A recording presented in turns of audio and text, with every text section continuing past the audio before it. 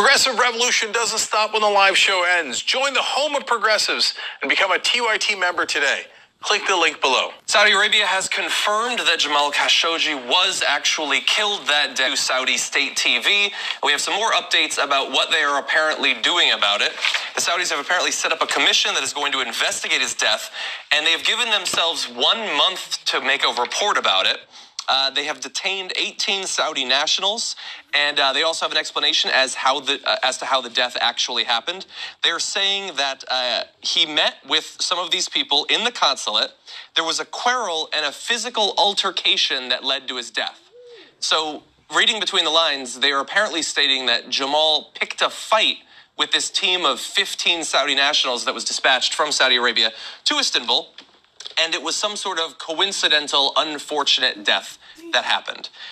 This, to me, and this is just the initial reporting, I will admit that, seems ridiculous. The timeline they have given themselves to figure out what happened is insane, but I will make a prediction. This feels to me like more than enough cover for Donald Trump to do absolutely nothing about this. Of course! The whole point was to do nothing about it. There was almost never any chance that they were going to hold the Saudis accountable. I mean, how many times does Donald Trump say, oh, they gave us $110 billion? And then, first of all, of course, it's not true. It's $14.5 billion. Big surprise that Donald Trump wasn't telling the truth. Pat Robertson said on TV the other day, what's one person's life compared to all that money? I'm sure that's the same thing Jesus would have said. What a good Christian he is. And so now Trump's going to go around. That's it. We asked them to for accountability. They arrested random 18 people who will be scapegoated in Saudi Arabia now. And now their life is in danger. And most of them are probably had nothing to do with this. In fact, they're probably enemies of the current leadership. And they're going to use it as an opportunity to probably kill them too. Oh, yeah, the Crown Prince, when he first showed up on the scene as the Crown Prince, decided to arrest, behead, kill, or exile anybody else who possibly could have been a threat to his power. And so now what he's doing, he's going to throw under the bus his head of security for mucking all of this up. That's the accountability that's going to happen, is the person he relied on to execute this is now the one he's going to throw under the bus, which sounds very Trumpian to me, right? This is exactly 100%. Right. This is what Donald Trump would do. You are useful until you're not. There's no sense of loyalty. And as long as you have the business relationship, that will trump anything else. Yeah. No, you took the words right out of my mouth. It's exactly what Trump would do. He'd get you to do something stupid, then turn around and yell at you. Oh, duh, well, why did you do such a stupid thing? Like tell Giuliani to go make ridiculous defenses that's going to get him in bigger trouble. Then yell at him afterwards. It's his MO. He does it almost every time. And let's talk about who else he praises in the world, right? I mean, I really think that this is what he's telling us he would like to be. It's not just about the military parade that he saw in North Korea that he wants to see down Pennsylvania Avenue. He likes the idea that the head of the president of the Philippines, Duterte, is able to go out and just kill people by calling them drug murderers, like drug dealers. That's it. You just kill them. He likes the idea that somebody is writing against you and your rulership, not the country, right? Like, Khashoggi was writing great things about what Saudi people are capable of, that if somebody says something against your rule, rogue assassins can come and dismember you. I mean, I think this is all signals of the kind of country that Donald Trump would like to see. Yeah. Is there such a thing as a rogue assassin? It's the same thing as the person who rolls in with a chainsaw as backup. Yeah. And so let's come back around to the central claim here in this breaking news event, that there was an altercation that went awry, okay, as if Khashoggi decided that he would take on a group of 15 assassins. And that, while getting a marriage registration documentation produced. Yeah. With his fiancée waiting outside. Yeah. And that those assassins happened to come armed with a bone saw, but like in case... Just back up. In case while we're giving a marriage license to this guy, he decides to try to kill all 15 of us, and we decide to kill him in self-defense, maybe we should have a bone saw handy to dismember him afterwards. And this report, right? Like, how much bull is that going to be? They have a month to come up with whatever fancy words they want. And it's going, I mean, the investigation didn't even start until they'd already cleaned up all the blood in the place. Yeah. So this is classic Washington elite speak. Let's do a working group and get to the bottom of this. Yeah. Let's get a report and really figure this out. This is frustrating for a lot of reasons. I mean, first of all, this is definitely going to lead to despots around the world killing more journalists because we will not respond in any way. We won't do anything. I mean, all the politicians who've been doing great work trying to put pressure on the the administration to cut those arms deals. Bernie Sanders calling for pulling out of support for Saudi's war in Yemen. That will not come to pass because Donald Trump has all the power in this. So more journalists will be killed. I mean, he didn't care when Vladimir Putin was killing dissidents and journalists. It's more than just like the defending freedom of press and expression, right? Which is still something that the rest of the world doesn't do well in general. It's a signal he's sending to everybody of you just do whatever you want in your backyard. You can kill people. You can run things however you want. You can have the Russians invading your country. The United States wants a bit of your money, but that's it. We don't really have any, under Trump, we don't have any broader goals of what the world should look like. And he's in complete denial about the fact that we are interconnected in a global society.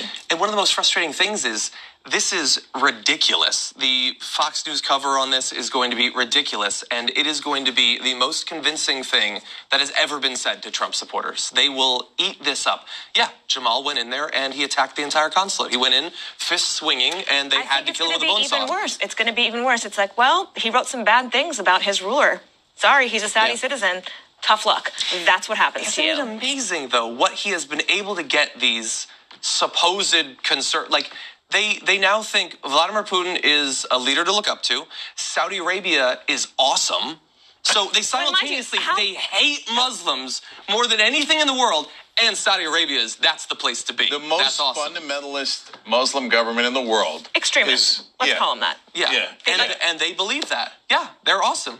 They gave passports and they have the nationalities of 11 of the 9/11 hijackers, right? Like the thing that made America hate the Muslim world, Saudi was indirectly, if not directly, responsible for that.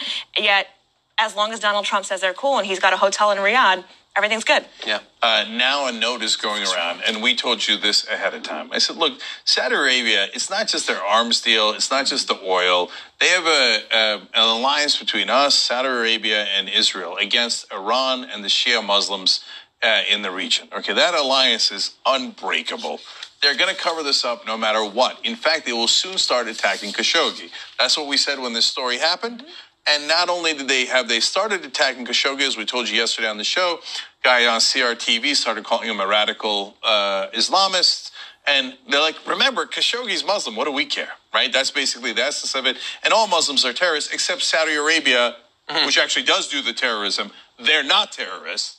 Okay, innocent Muslims who are dismembered and beheaded, they are terrorists. And he said he's a terrorist sympathizer. He's against Israel, wink, wink. All that stuff happened. Now, today there's a news story about how the House GOP is sending out talking points about how it was Khashoggi's fault, that he had it coming. Okay, so you guys are absolutely right. The conclusion of this is twofold. One, we just sent a note to all the dictators and dictator wannabes throughout the world. It's okay, kill anyone you like, as long as we get paid. When we don't care at all. And the second note is to the conservatives at home. Muslims are terrible, except the worst, most extreme terrorist funding fundamentalist Muslims in the world, they're awesome.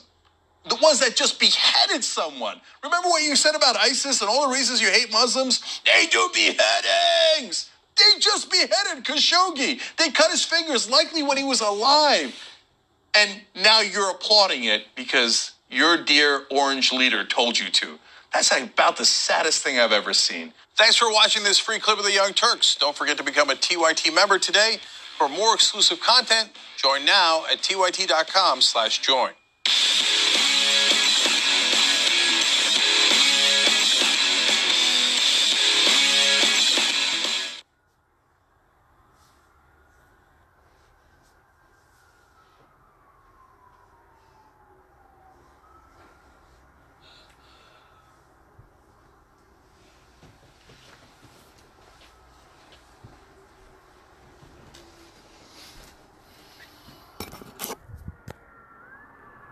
The Washington Post has published the final column written by Jamal Khashoggi.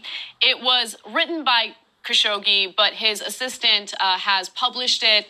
And the message in this column is incredibly important because he is specifically calling out the lack of freedom of expression in Arab countries. And it gives you a sense of what his thoughts were not only as he was living in self-exile here in the United States, but as he was entering that consulate, the issues that he had, in the back of his mind when it came to the very country that he was from.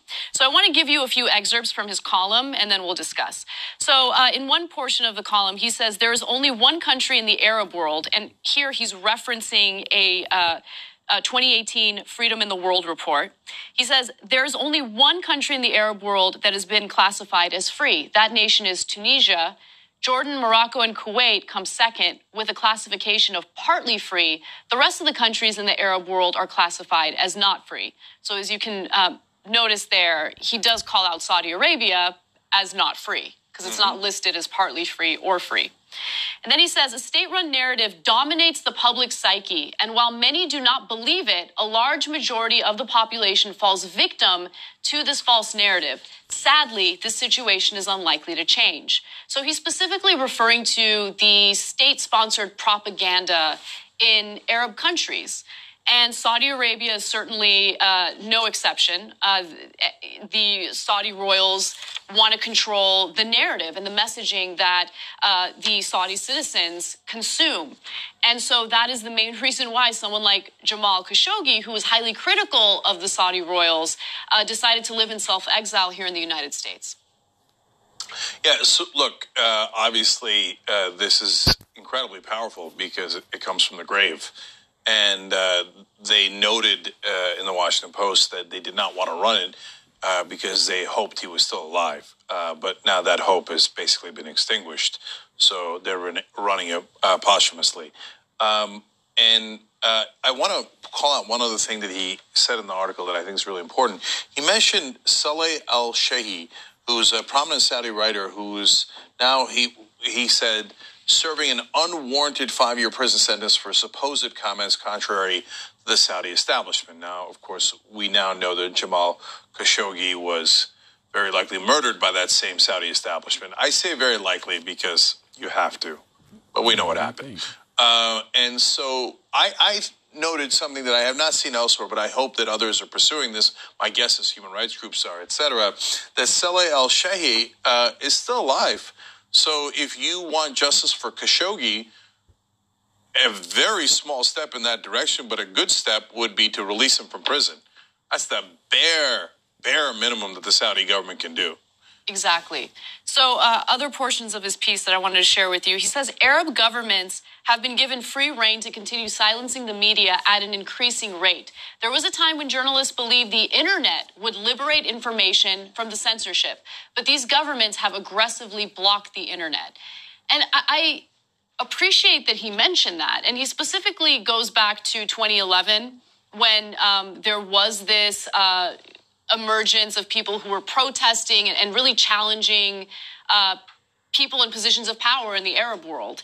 And there was that glimmer of hope. I remember that. And then it just kind of faded away as those movements got co-opted by terrorist organizations, as the leaders in these countries became even more aggressive in censoring speech, censoring non-state-sponsored media. And again, this is exactly the type of commentary that would get him murdered in Saudi Arabia, which is why he came here to the United States and became a U.S. resident. So the part about the internet's really important, and I really hope that VPNs are successful in getting around these restrictions. Because if you don't know what a VPN is, it allows your computer to go to another computer so they can't tell that you're and one outside the country. So you can actually access some of the websites that are banned in places like Saudi Arabia because it appears that your computer is in the Netherlands, not in Saudi Arabia. Now, this is really taking off in China, and I hope it does so even more so in all those places to get around the censorship of these oppressive governments. But I didn't want to breeze past the first part of that sentence. He said Arab governments have been given free rein to continue silencing the media at an increasing rate.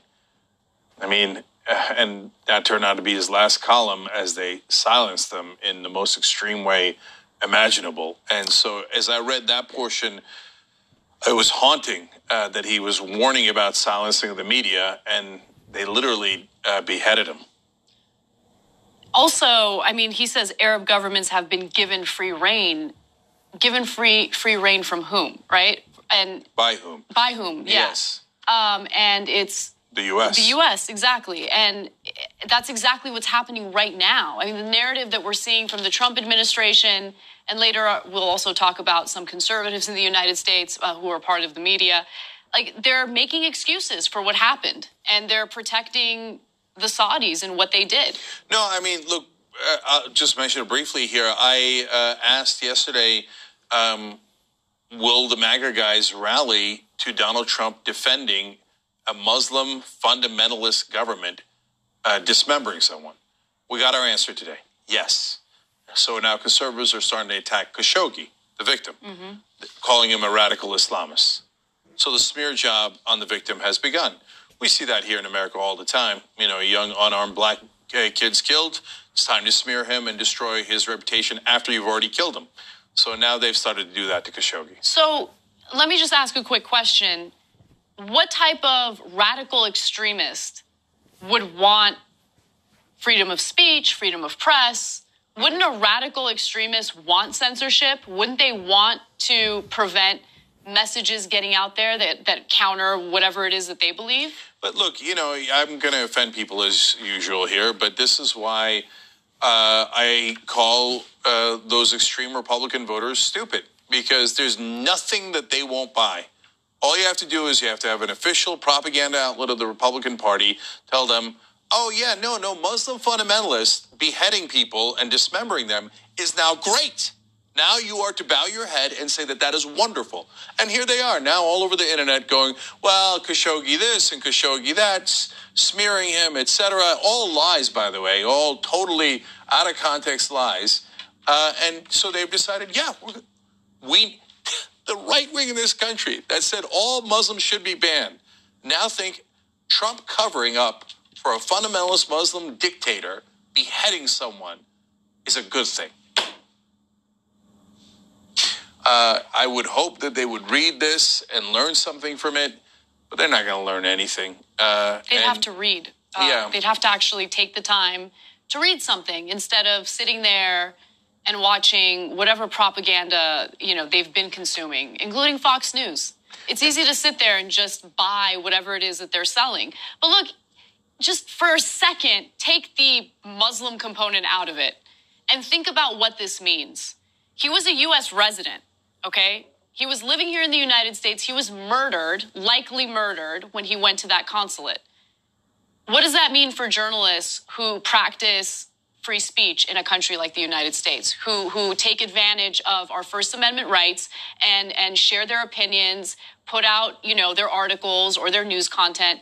So we're just going to give certain countries a pass if they murder journalists just because we have cozy ties with them, just because we have financial ties with them? Where's all my right-wing free speech advocate friends? Free speech on Berkeley's campus. Oh, you beheaded a guy who was speaking out against the Saudi government. No problem. Let's cover it up. Trump told us to cover it up. Let's cover it up. So, boy, you must be really proud of your free speech philosophy. The TYT Plus app is now available on iOS and Android. Download to get more TYT content at tyt.com/app.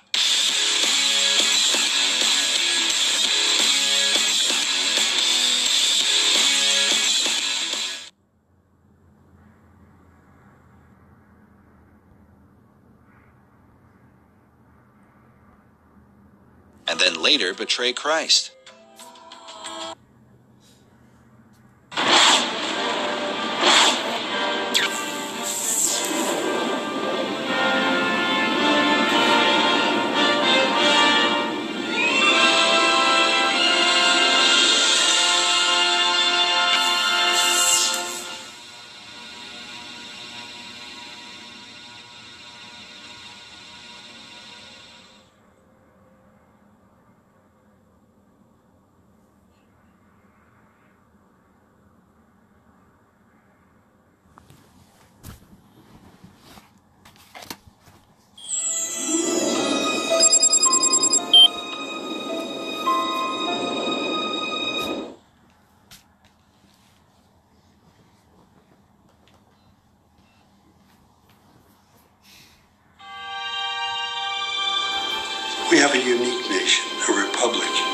like no others.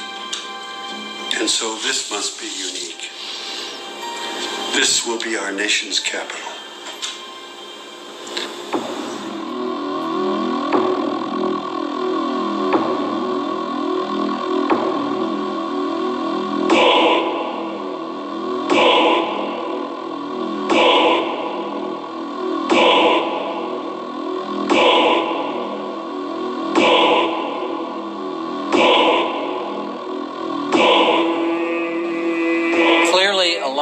Of the designers and architects of Washington, D.C. were Masons, starting with George Washington himself, who was a guiding force.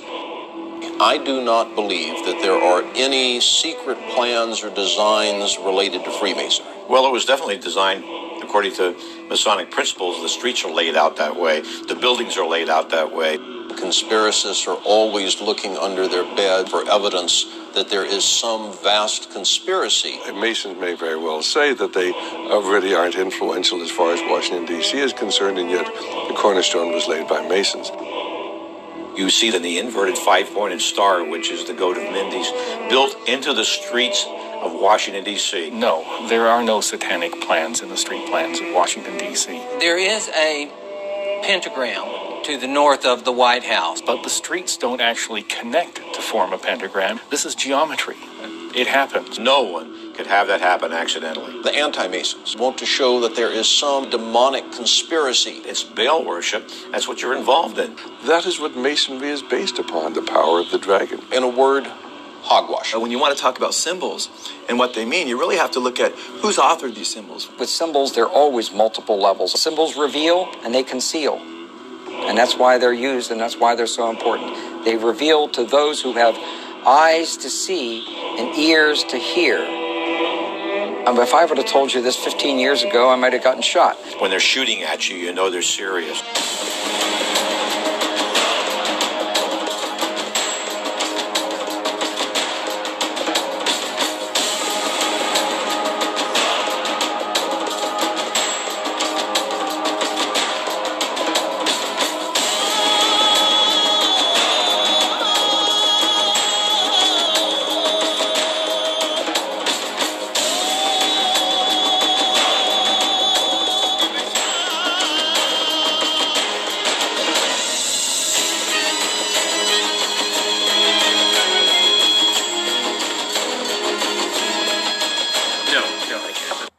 President's house needs to turn 180 degrees. It's just 180 degrees? Absolutely. There's absolutely no way we can compromise. Throw the entire thing out. Happily. That this area here, this is not going to work. This is not going to work. Absolutely. You're absolutely right. You have had Goodbye. Thank you.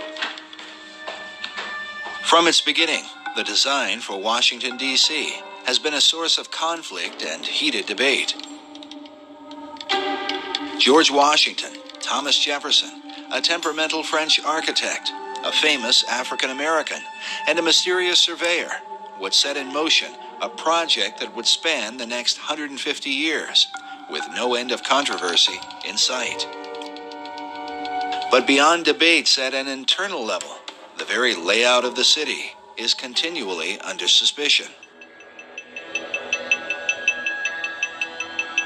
Arcane symbols and mythological designs, both inside and outside government buildings, have caused many to wonder if the city somehow represents a hidden agenda.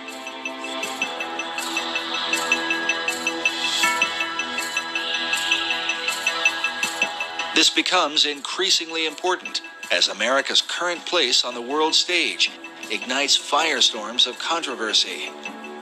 As the United States is the most powerful nation on earth, many have wondered, what is America up to? Could the purpose of operations currently carried out by the U.S. government somehow be reflected in the design of its capital city? At the center of controversy are secret societies. Many of America's leaders have belonged to them right from the nation's beginning. Our current president, George W. Bush, has admitted to his membership in the mysterious Skull and Bones Society. You were both in Skull and Bones, the secret society. It's so secret we can't talk about it. What does that mean for America?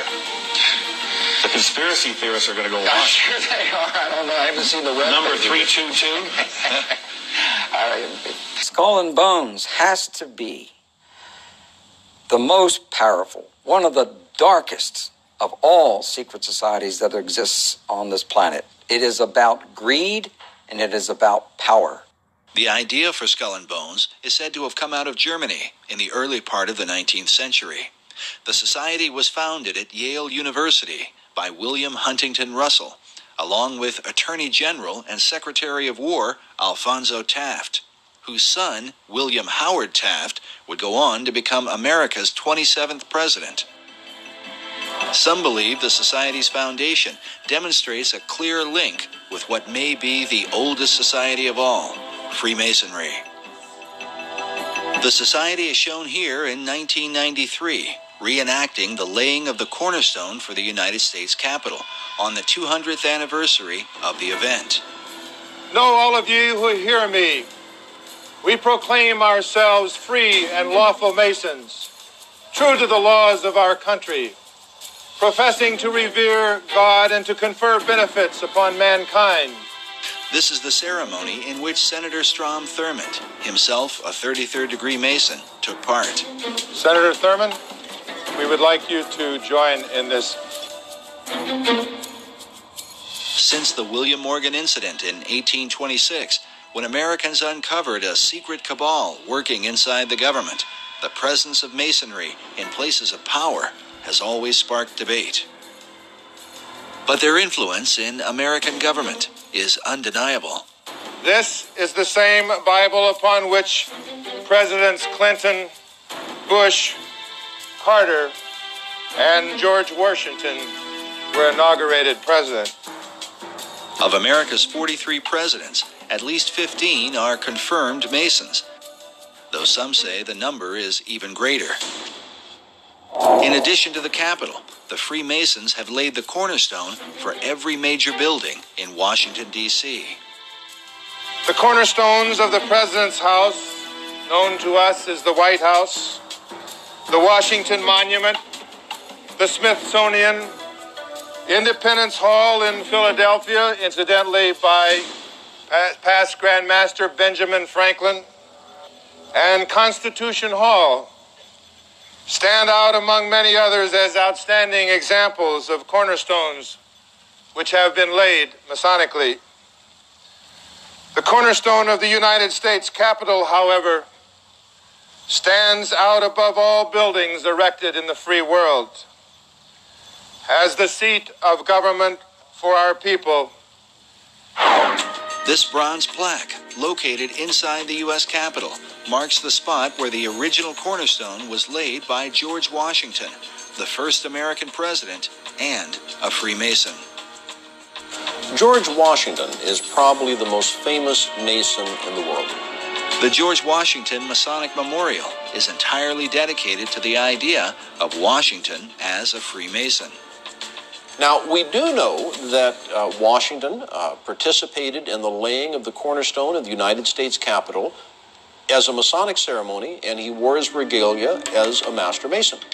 And he laid the cornerstone and performed the ceremony of laying the cornerstone. Washington's participation in the event was recorded by the newspaper of the time, the Columbian Mirror, which can still be obtained through the Library of Congress. Laying the cornerstones of buildings which serve mankind is one of the world's most ancient customs. The cornerstone laying ceremony predates Freemasonry, although its early symbolic purposes as a sacrifice to appease the gods or demons or whatever in prehistorical times. Of course, there's no application to why Freemasons do it. The corn, wine, and oil that we use for this are also ancient symbols. Corn is the symbol of plenty, wine the symbol of refreshment, and oil the symbol of joy and gladness. While Masonry maintains these symbols as a representation of blessing, there are some who believe they hold a more hidden meaning. With symbols, there are always multiple levels, up to 7 different levels of interpretation with every particular symbol. Corn is an important symbol in Masonry and is one found repeatedly in Washington, D.C. But what sort of hidden meaning could apply to corn?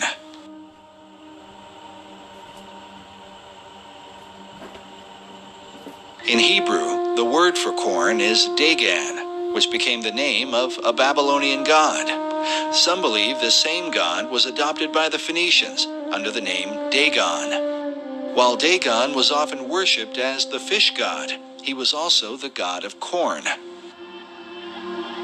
His son was known as Baal, who was often called the son of Dagon or the son of corn. Now, corn, of course, if we're talking about pre-New World times, would be any grain or wheat. To complicate matters further, in the Old Testament, we find the children of Israel offering corn and wine and oil to Yahweh, the God of the Bible.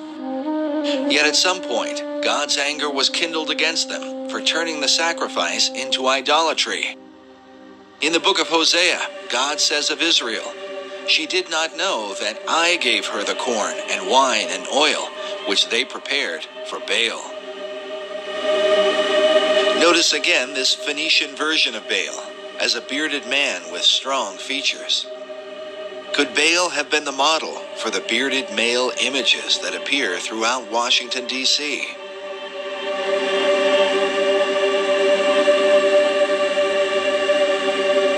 Take note of this image with ears of corn carved into the hair.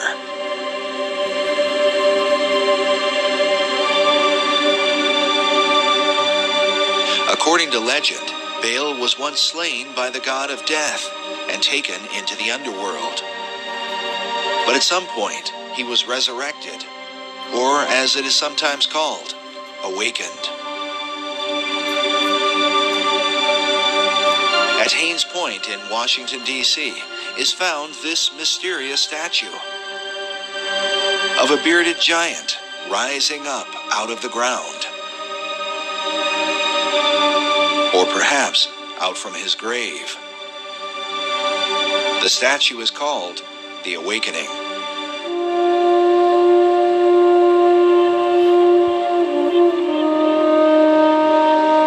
According to the Masonic Encyclopedia, another symbol for resurrection is the Egyptian obelisk, which is the shape of the Washington Monument.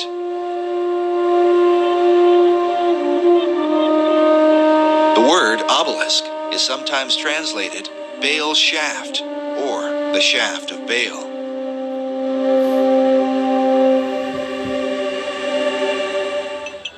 As a result, critics of Masonry argue that Baal, not Yahweh, is the real God to whom Masons perform their ceremony. It's not until you get to the Royal Arch degree that all of a sudden you realize who God is or what the name of God is. It's hidden for a long time. In fact, you're told that there's this hidden word you're supposed to search for. But it's not until you finally get to that degree that you realize that his name is revealed. It's believed that at the higher levels, the Masons secretly worship Baal under a hidden and unusual name. As you go higher up in the Masonry, you learn the secret name of God, which is a secret and the lost word that the Masons in the Blue Lodge seek. They already know it. It's Jobulun. It's a combination of Jehovah, Baal, and Osiris.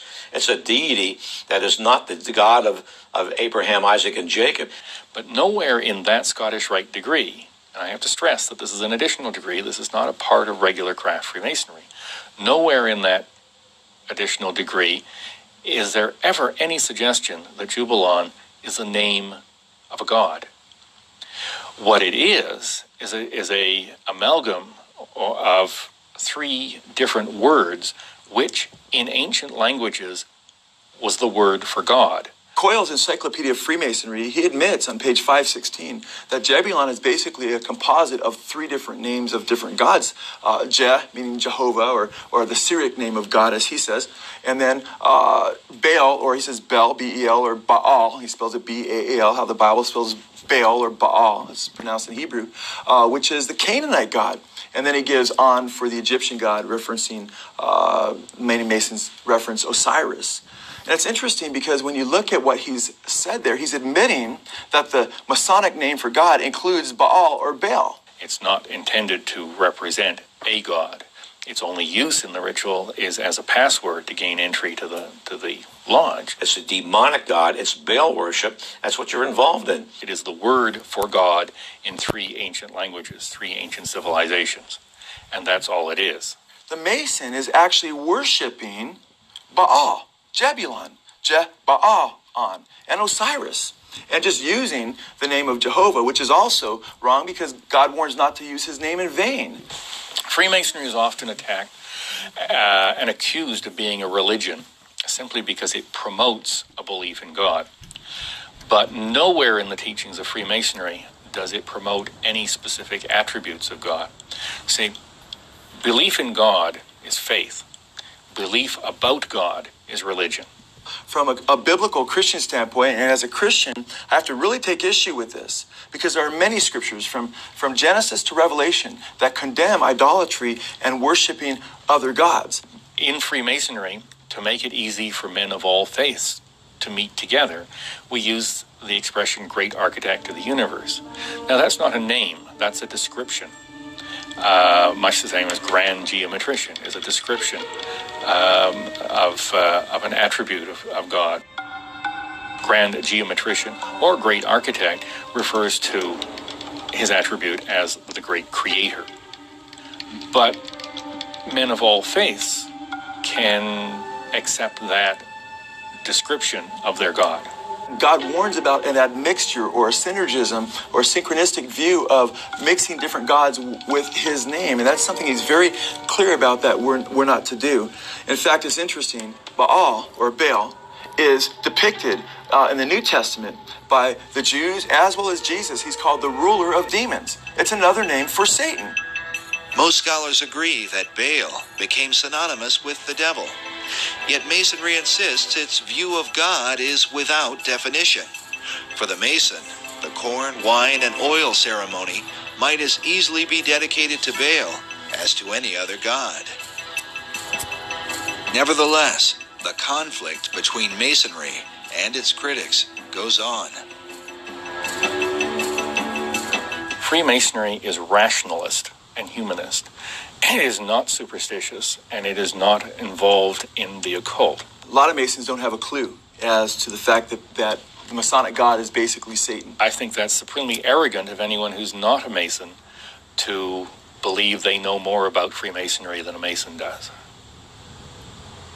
May corn, wine, and oil and all the necessaries of life abound among the people of the world. And may this building be continued and preserved to the latest ages. What do these things really signify? Could it be an occult ceremony representing some sort of demonic conspiracy, as some suggest? Or is it merely a harmless practice to honor an ancient tradition? To investigate these things, we first review the beliefs of the secret societies that came to America. It is clear that the arcane symbolism in Washington, D.C. begins with them. When you want to talk about symbols and what they mean, you really have to look at who's authored these symbols. What was their intentions? Well, I think it's obvious that anybody who has the eyes to see can see that Washington, D.C., and indeed many other state capitals are festooned with occult symbols. Because these symbols come from the esoteric realm, it is important to define them according to the thinking of occult philosophers. Symbols reveal and they conceal. And that's why they're used and that's why they're so important. They reveal to those who have eyes to see and ears to hear. And they conceal from those who do not have the eyes to see or ears to hear. In the book, Masonic and Occult Symbols Illustrated, we find this quote from Masonic author Charles G. Berger, who says that symbols came to have two meanings, the esoteric and the exoteric. The esoteric meaning was the true or original meaning, understood only by a few and closely guarded by them. The exoteric meaning was the invented or modified explanation intended for the many. This practice dates back to ancient Egypt and is explained by Dr. Robert Hieronymus, a member of a secret society called Co-Masonry, and author of the book Founding Fathers, Secret Societies. As with all secret societies, you have levels, and if you're on the lower levels, you don't even know they're upper levels. They don't even tell you. You bump into it by accident, or someone comes along. Now, in Scottish Rite, that's something different, because they know that there's a... But before then, and basically secret societies, let's go to ancient Egypt.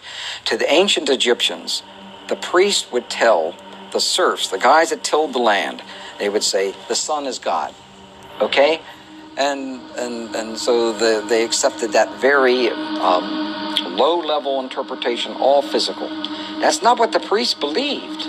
What the priest believed, there was a second level. The priest believed that, nope, the physical sun is not the supreme being. It's the spirit which flows through the physical sun that is the supreme deity. However, there was another level. And the priests didn't even know it. It's those that were involved and elevated to if I would have told you this 15 years ago, I might have gotten shot. But this is now, I'm so glad now that this is easy to talk about. The third level, which is a higher level of understanding, said, nope, it's not, that's not the sun. The sun is not the supreme deity. Nope, yes, spiritual energies come through the sun. That's not what we're talking about. What we're talking about is the star Sirius. The dog star. The dog star, because the dog star was everything to the ancient Egyptians.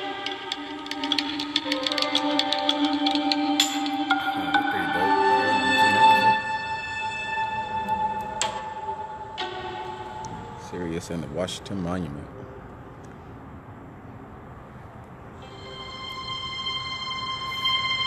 Sirius is said to have been the most important star in the ancient world. It was considered the brightest star in the heavens, many times brighter than the sun. The Great Pyramid was built to synchronize with Sirius, so that the light of this star would shine into the Queen's chamber, supposedly to cast a beam upon an initiate during a ritual. Sirius is considered to be the dog star. It's considered to be the most evil star in the Egyptian pantheon. And the reason for this is because in ancient Egypt, they depended on the Nile. And during the time when Sirius is in its ascendancy, which is in late July and early August, was the time of drought. It was a time when the Nile was at its most weak in terms of being able to be used for crops.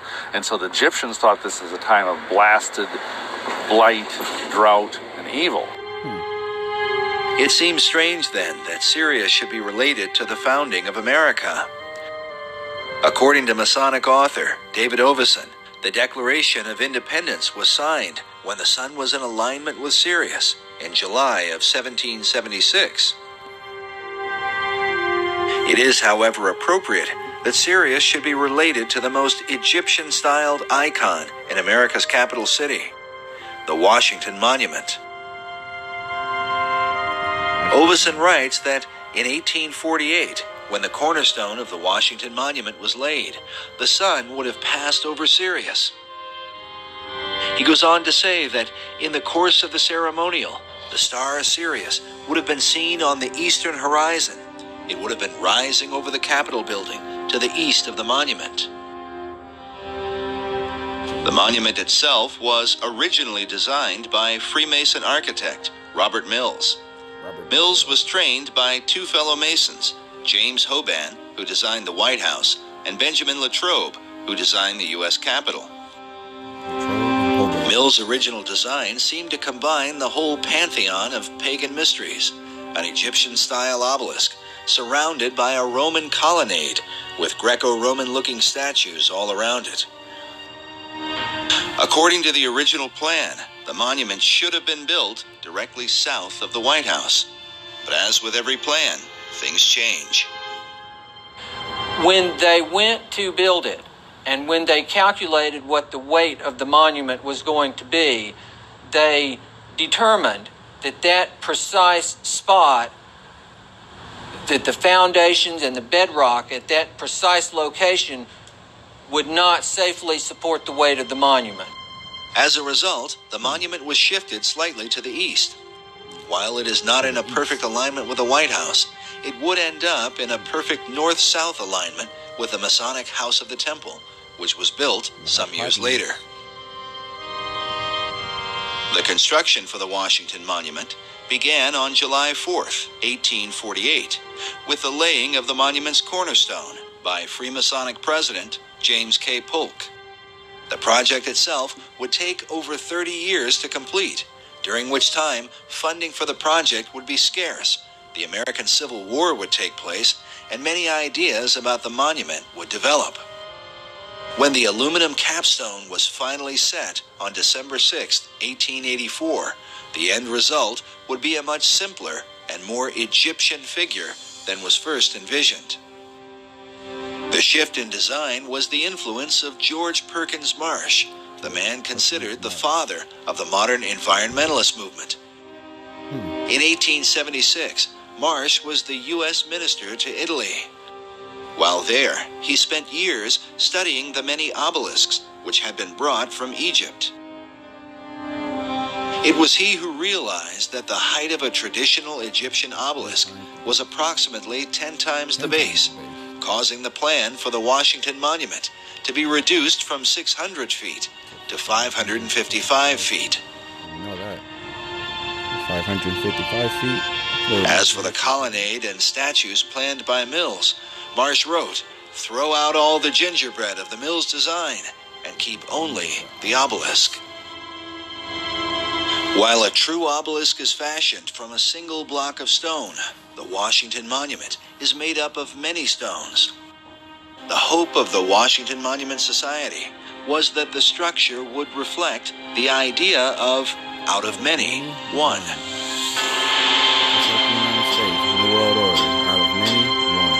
Meanwhile, the pyramidion at the top is made up of 13 levels, just like that of the pyramid on the Great Seal of the dollar bill.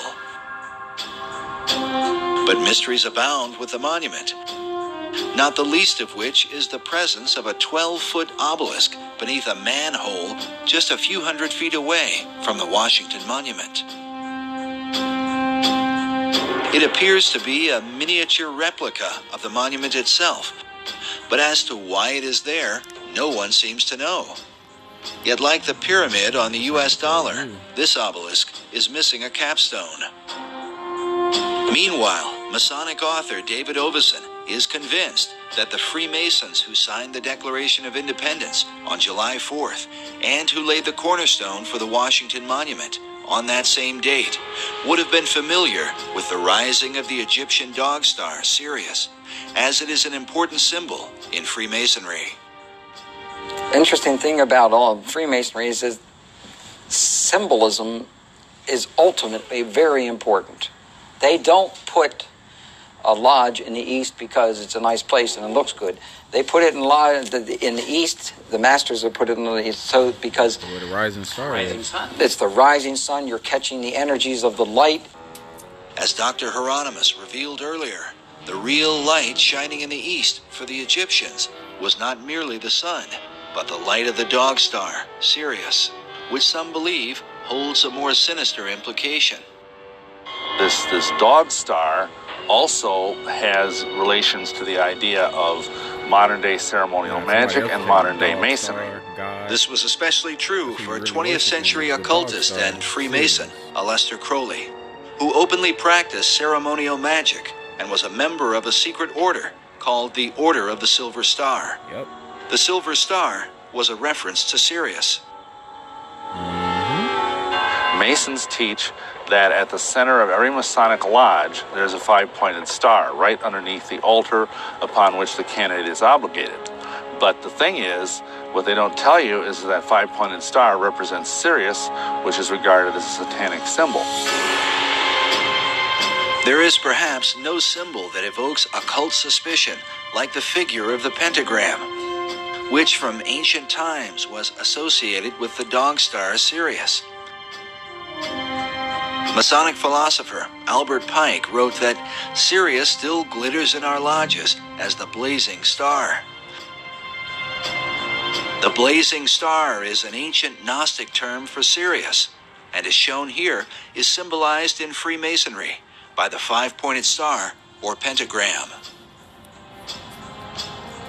According to Pike, this symbol in Masonry dates back to the pentalpha of the Greek philosopher Pythagoras.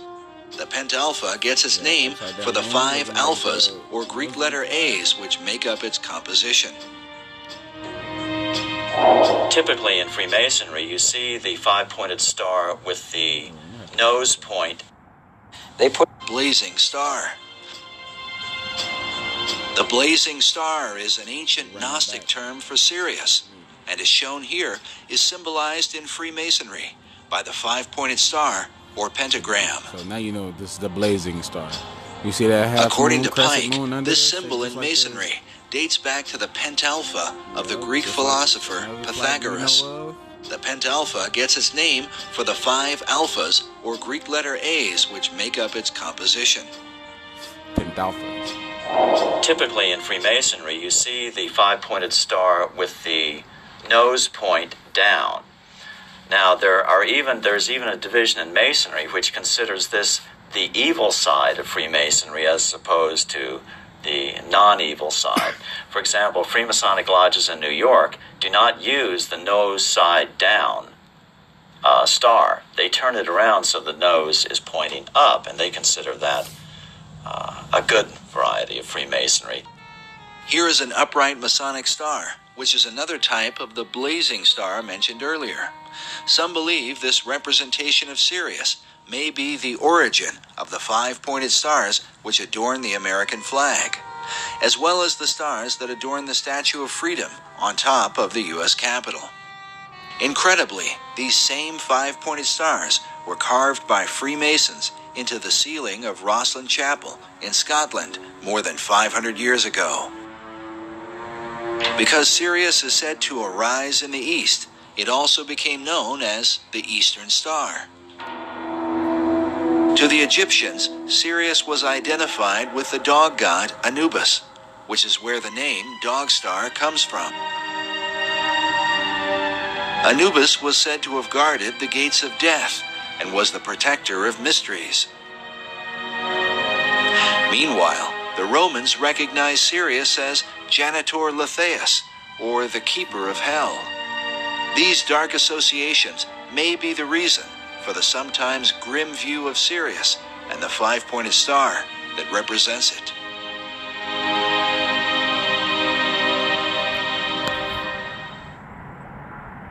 But Sirius was also associated with the Egyptian goddess Isis, and here, as we connect the dots, a more complete picture begins to emerge.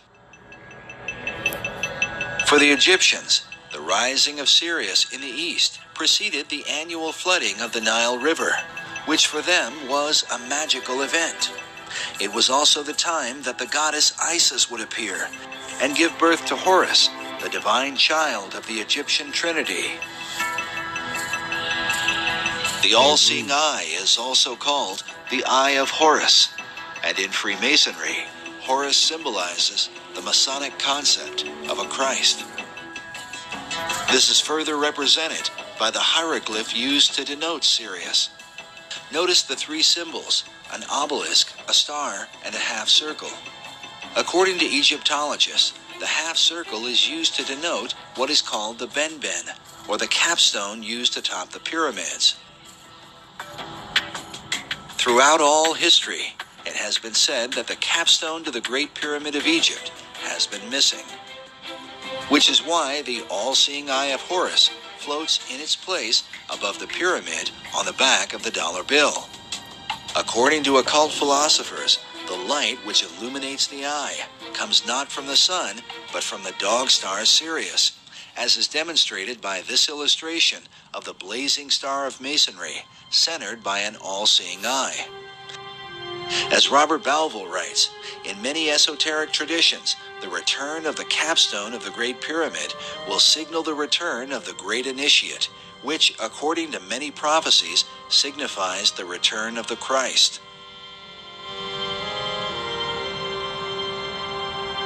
Albert Pike describes the Masonic Trinity as expressed through Sirius and the symbols that are seen in most all Masonic halls.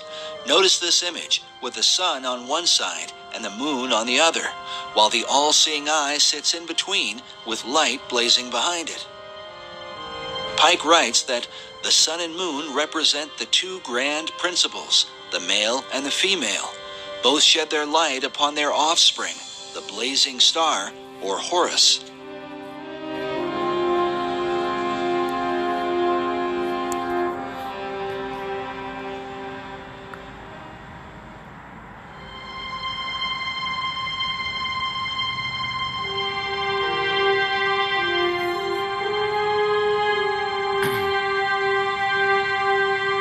These philosophies have been known and practiced by secret societies for many centuries.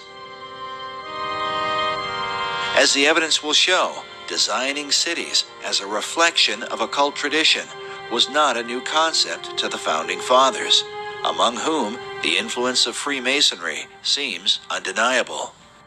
In fact, the 110th Congress of the United States on January 5, 2007, passed House Resolution number 33 to honor the Freemasons for their contribution throughout America's history.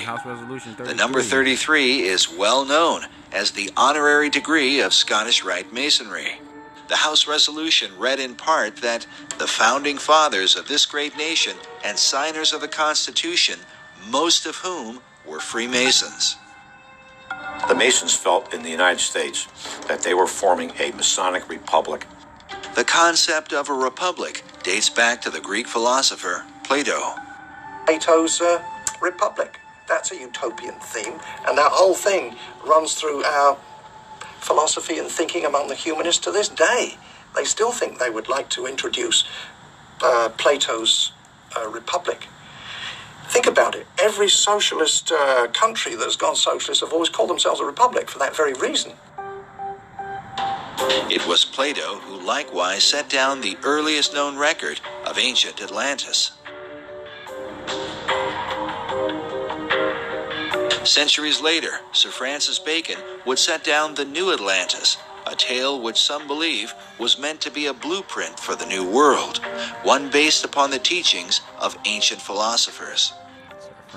Bacon didn't invent this New Atlantis concept. He was merely the inheritor of it. He was probably the most articulate proponent of it ever in history, but it preceded him.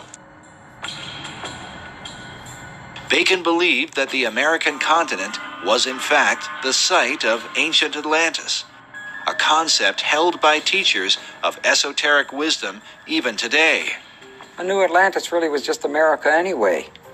The east coast of America, if you take a look at the maps by other clairvoyants who have studied Atlantis, indicates that the east coast of America was the west coast of Atlantis.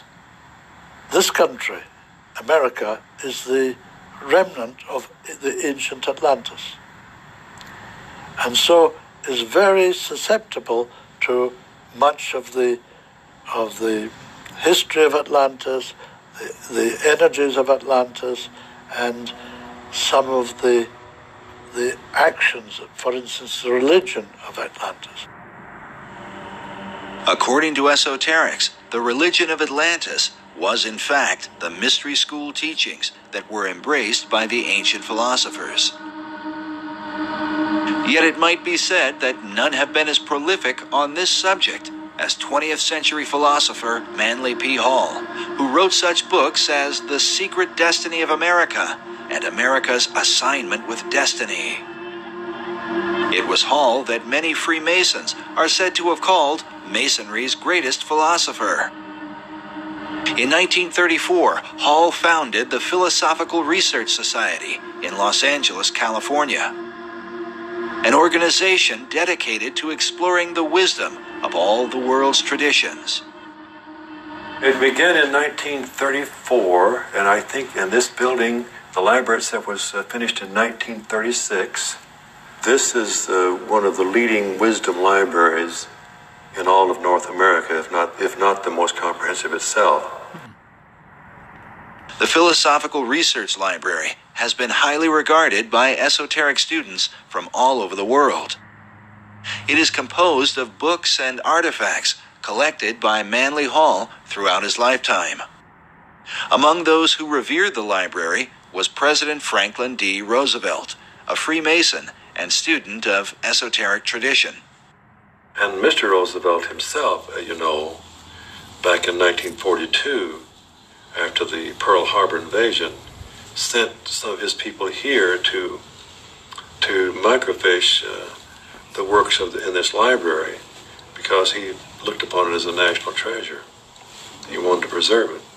When Hall died in 1990, his role as president of the society was succeeded by Dr. Obadiah Harris. Manly Hall, who was a young Canadian philosopher, sage type, envisioned re-establishing what he called the little Alexandrian library, which was, as you know, destroyed. He was very fortunate in that as he was giving a talk, he was still in his early 20s, a baroness, oil baroness from Ventura, who owned most of the oil wells in Ventura County, told him that she was going to take care of him for the rest of his life. That no matter what he needed, to let her know that she would see that he got it. And that she wasn't really joking, because I've looked at the records back in the early 30s when most of the country was in depression. I don't know if California was really in one, but most of the country was. She was giving him $50,000 and $100,000 at a time to go around and search out this wisdom literature in manuscript form and in book form. This proves interesting because much of Hall's highly financed research was dedicated to investigating the founding and purpose of America. Through his research, Hall became convinced that America had a secret destiny that was known by the arcane societies of the ancient world. Was it this information that compelled FDR to preserve Hall's literature? Like Hall, FDR also believed that America had a rendezvous with destiny. Hall's connections to the White House and FDR are mysterious, but do not end with the library. Hall was also involved with a mysterious Russian mystic named Nicholas Roerich. Roerich was a Rosicrucian and member of the Theosophical Society. He was said to be a kind of spiritual mentor to Henry Wallace, a 32nd degree Mason who would become FDR's vice president. It was Roerich's influence that inspired Wallace and ultimately FDR to place the Great Seal of the United States on the back of the dollar bill, with the words Novus Ordo Seclorum, the new order of the ages. Dr. Harris, will you tell us about this statue here? Oh well, this would be a very favorite thing to Manly Hall. This is Nicholas Roerich. Today, a statuette of Nicholas Roerich can be found at the PRS Library. Well, actually, he lived even in the 20th century. What impact could the beliefs of men like Roerich and Manly P. Hall have had on the highest levels of America's government? They jumped a few decades from the New Deal, because the Novus Ordo Seclorum can be translated to the New Deal in English as easily and readily as to the New Order or the New World Order. I truly believe FDR believed he was creating a New World Order out of the Depression, and that he had with him and had, encircled himself by people who would facilitate that dream. These visions of New World Order or New World, the world of democracy, that's a part of the very soul that gave birth to this country. As the United States was born, the design for its capital city would begin under the leadership of President George Washington, who was himself a master mason. 150 years later, the fulfillment of its major construction, with such buildings as the Jefferson Memorial, the National Archives, and the Pentagon, would be completed under the leadership of another Masonic president, Franklin Delano Roosevelt. But was the city erected to represent the country's concept of liberty, or to reflect an ancient belief in America's destiny? According to Hall, Freemasonry plays a pivotal role in bringing forth this ancient plan. Manly P. Hall was a Freemason, wasn't he? Right, he was a 33rd degree Mason. He was really important as far as trying to figure out what the goals of Freemasonry are in this age. He gives you hints, just incredibly important hints at what they're all about at the root level, what it is they're really striving for, what is their core inner doctrine, which they really don't like much revealing to the rest of the world. According to Hall, one of the chief secrets of Masonry, handed down through the centuries, was the concept of democracy, which was said to be a threat to the kings and monarchs of the ancient world, who ruled by divine right. Yes, it had to be secret because the idea of democracy was worse than heresy. It was treason. Nevertheless, these societies were determined to bring forth their great plan, no matter what the cost. In his book, The Secret Destiny of America, Manly P. Hall wrote that world democracy was the secret dream of the great classical philosophers, saying that the brilliant plan of the ancients has survived to our time, and it will continue to function until the great work is accomplished. Many researchers believe this great work is the secret behind the wars and rumors of war America has been involved in through the 20th century, right up to the present day. Could this plan of the ancients to establish a world democracy be the real hidden agenda of secret societies? And was this ancient plan echoed in the 2005 inaugural address given by President Bush? When our founders declared a new order of the ages, they were acting on an ancient hope that is meant to be fulfilled. The occult is working at the highest levels of our society, using the military and financial power of the United States to bring about this one world state. And the president has spoken openly about it, how the purpose of the United States is to bring democracy to the nations of the world. Where did this become the function of our nation, to bring democracy to the world? You only need to read the writings of Manly P. Hall, where he tells you that for 3,000 years, secret societies have been working to bring democracy to the world. You read President Bush's speech, before the Association on Democracy, the National Association on Democracy. He tells you for 2,500 years, people have been working to bring democracy to the world. Yet the ancient philosophers recognized that a true democracy could only be achieved by a society of perfected men. The perfected men would be comfortable in a true democracy. And probably a true democracy cannot emerge until there is enough of such human beings in the world that can take over the government of man. It will be that kind of leadership. It'll be like Plato's vision of the philosopher king, the man who has wisdom and the man who has power. Democracy has the occult promise of a fair world to live in.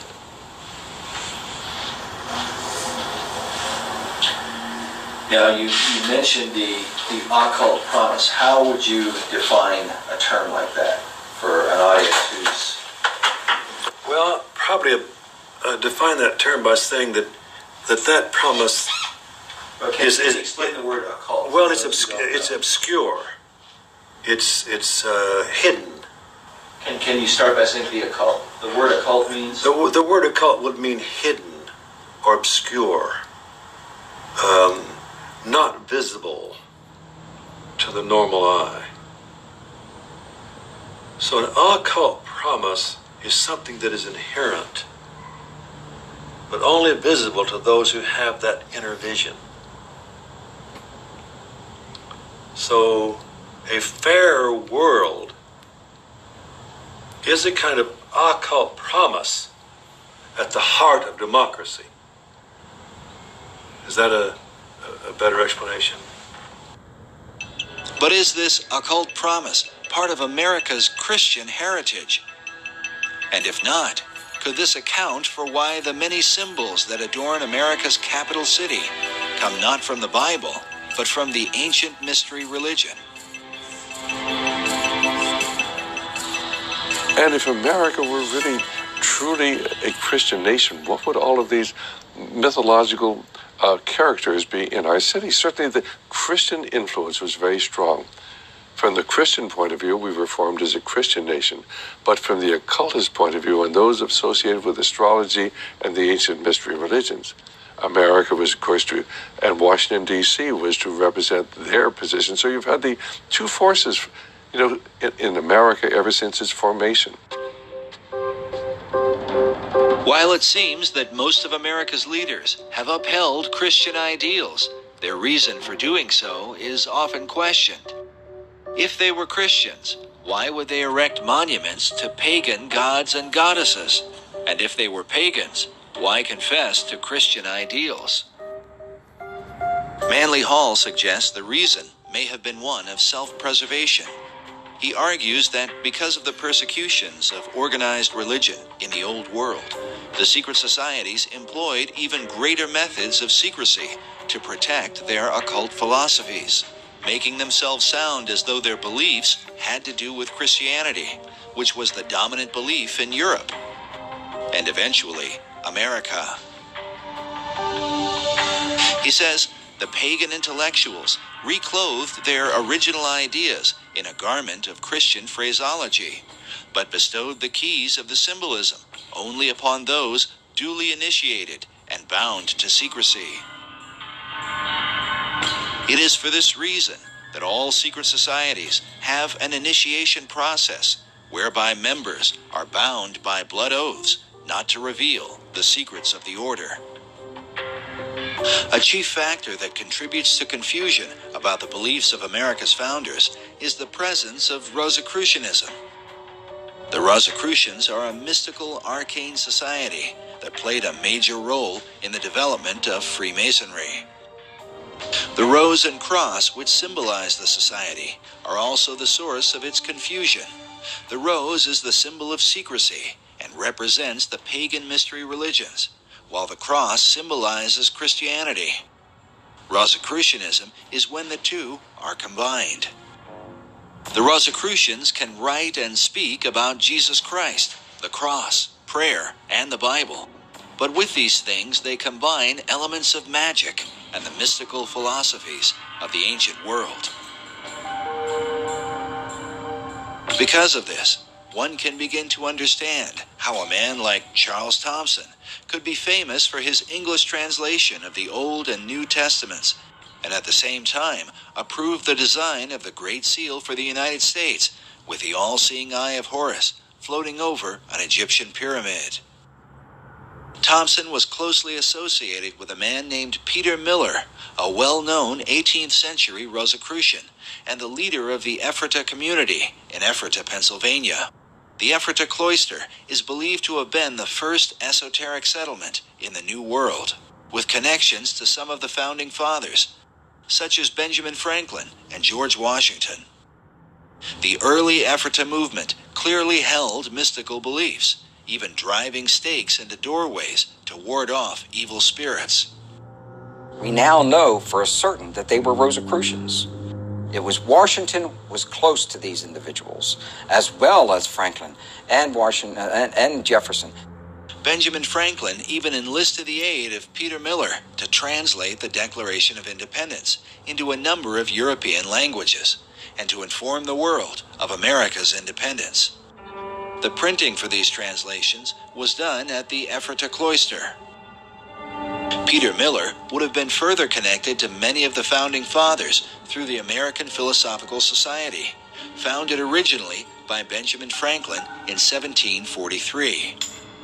The Society's members included such prominent figures as Thomas Paine, Alexander Hamilton, Thomas Jefferson, the Marquis de Lafayette, George Washington, Charles Thomson, and of course, Peter Miller. Later members would also include such names as Charles Darwin and Thomas Edison. Franklin Society is thought to be directly related to the earlier concepts set forth by Sir Francis Bacon. According to Michael Howard in his book, The Occult Conspiracy, Franklin's American Philosophical Society was operated in the same tradition as the Royal Society in England, which was based on Sir Francis Bacon's Rosicrucian concept of the Invisible College. In the history of the Royal Society, they refer to the beginnings of the Royal Society came from a group of people who called themselves the Invisible College. The Royal Society was brought in after Bacon's day. In fact, Bacon had been dead, I think, about 50 or 60 years, and the Royal Society was then brought in. How it happened, I believe, was, well, in fact, it's documented so solidly that you can buy, there's a book written by Thomas Sprat, who was the first president of the Royal Society, so this goes back to the early 1700s, and he wrote a history on it. And he acknowledged there that Francis Bacon was the originator of the idea. The purpose of the Royal Society of London was to further Bacon's advancement of learning through scientific investigation. It is without question, however, that some of their work led to the metaphysical and the occult. And then we find that the Rosicrucians called themselves the Invisible Brotherhood, and the College of Rosicrucians was therefore, or was called by them, the Invisible College. A Rosicrucian influence can be clearly seen in some of America's symbols. For example, this image of a pelican feeding her young appears in Manly Hall's Secret Teachings of All Ages and is very common to Rosicrucianism and Freemasonry. Now notice the Great Seal for the state of Louisiana. This particular replica is found inside the inner corridors of the U.S. Capitol. The Temple Church in London is a well-known Knight Templar church. Here we can see that the Golden Rosy Cross can be traced back to the mysterious knights. Now, notice the art surrounding this shrine. How a series of squares are shown with red and golden roses in the midst. The shrine opposite has a variation of the same design. Now consider this same pattern as it appears throughout the interior of the state capitol.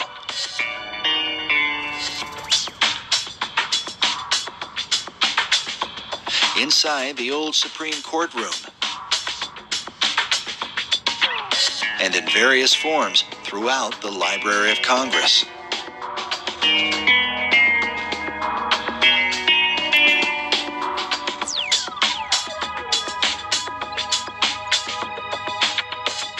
Sir Francis Bacon became the chief of the Rosicrucians in England.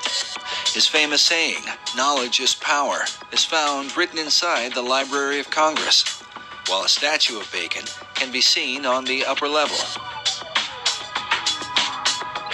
Elsewhere in the main library is a Baconian passage from his collection of essays.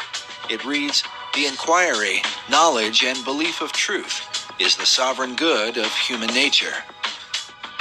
This saying is found over a statue representing philosophy. Could this be an indication that Baconian philosophy governs the New World concept? Bacon took his inspiration from the goddess Pallas Athena, known for her helmet of invisibility. Pallas Athena images also turn up throughout Washington, D.C.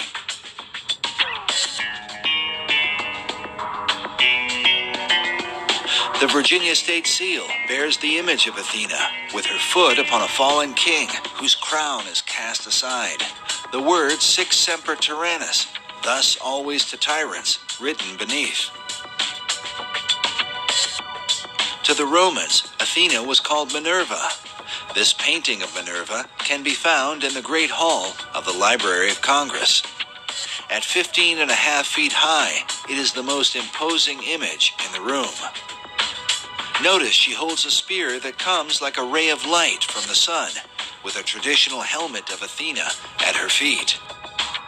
This particular work was done by 19th century artist Elihu Vedder.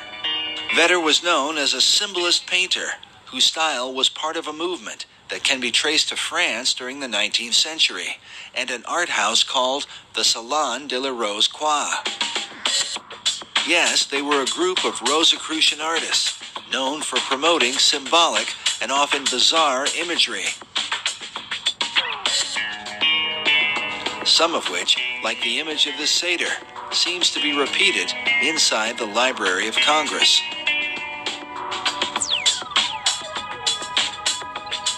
It's not clear if Vedder himself was a Rosicrucian, but one of his chief influences certainly was. William Butler Yeats was a prominent member of the Golden Dawn, a Rosicrucian secret society. Yeats, along with Irish mystic William Blake, are said to be two of Vedder's leading inspirations. Vedder's own occult themes are filled with haunting, esoteric imagery, like this work, which is called The Cup of Death. In addition to Minerva, Vedder was commissioned to do a series of paintings illustrating government, which can be found at the east end of the Great Hall in the Library of Congress. Now let's look again at this image from the Salon de la Rose Croix. It pictures Leonardo da Vinci on the right, dressed like Joseph of Arimathea, whom occultists believe was the original cupbearer for the Holy Grail. Beside him is Dante Alighieri, dressed as a Knight Templar. By now, most people are familiar with Da Vinci's arcane background thanks to Dan Brown's Da Vinci Code. Most are also familiar with Dante's Inferno, representing the many circles of hell. But according to Michael Howard, Dante was no ordinary writer. He was in fact a Rosicrucian Grand Master who wove Rosicrucian philosophies into his writings. Masonic philosopher Albert Pike wrote that it was Dante who first publicly expounded the symbol of the Rose Cross. Something partly seen in William Blake's sketch of Dante's Paradise, with a cross in the center. But now look at this drawing done by famed artist Gustave Doré. The title of Doré's illustration is, quote, "The Saintly Throng in the Form of a Rose." This statue of Dante, holding a copy of his Divine Comedy, is found in Meridian Hill Park in Washington, D.C. This is the same park that is said to have marked the sacred 77th meridian upon which Washington, D.C. was built.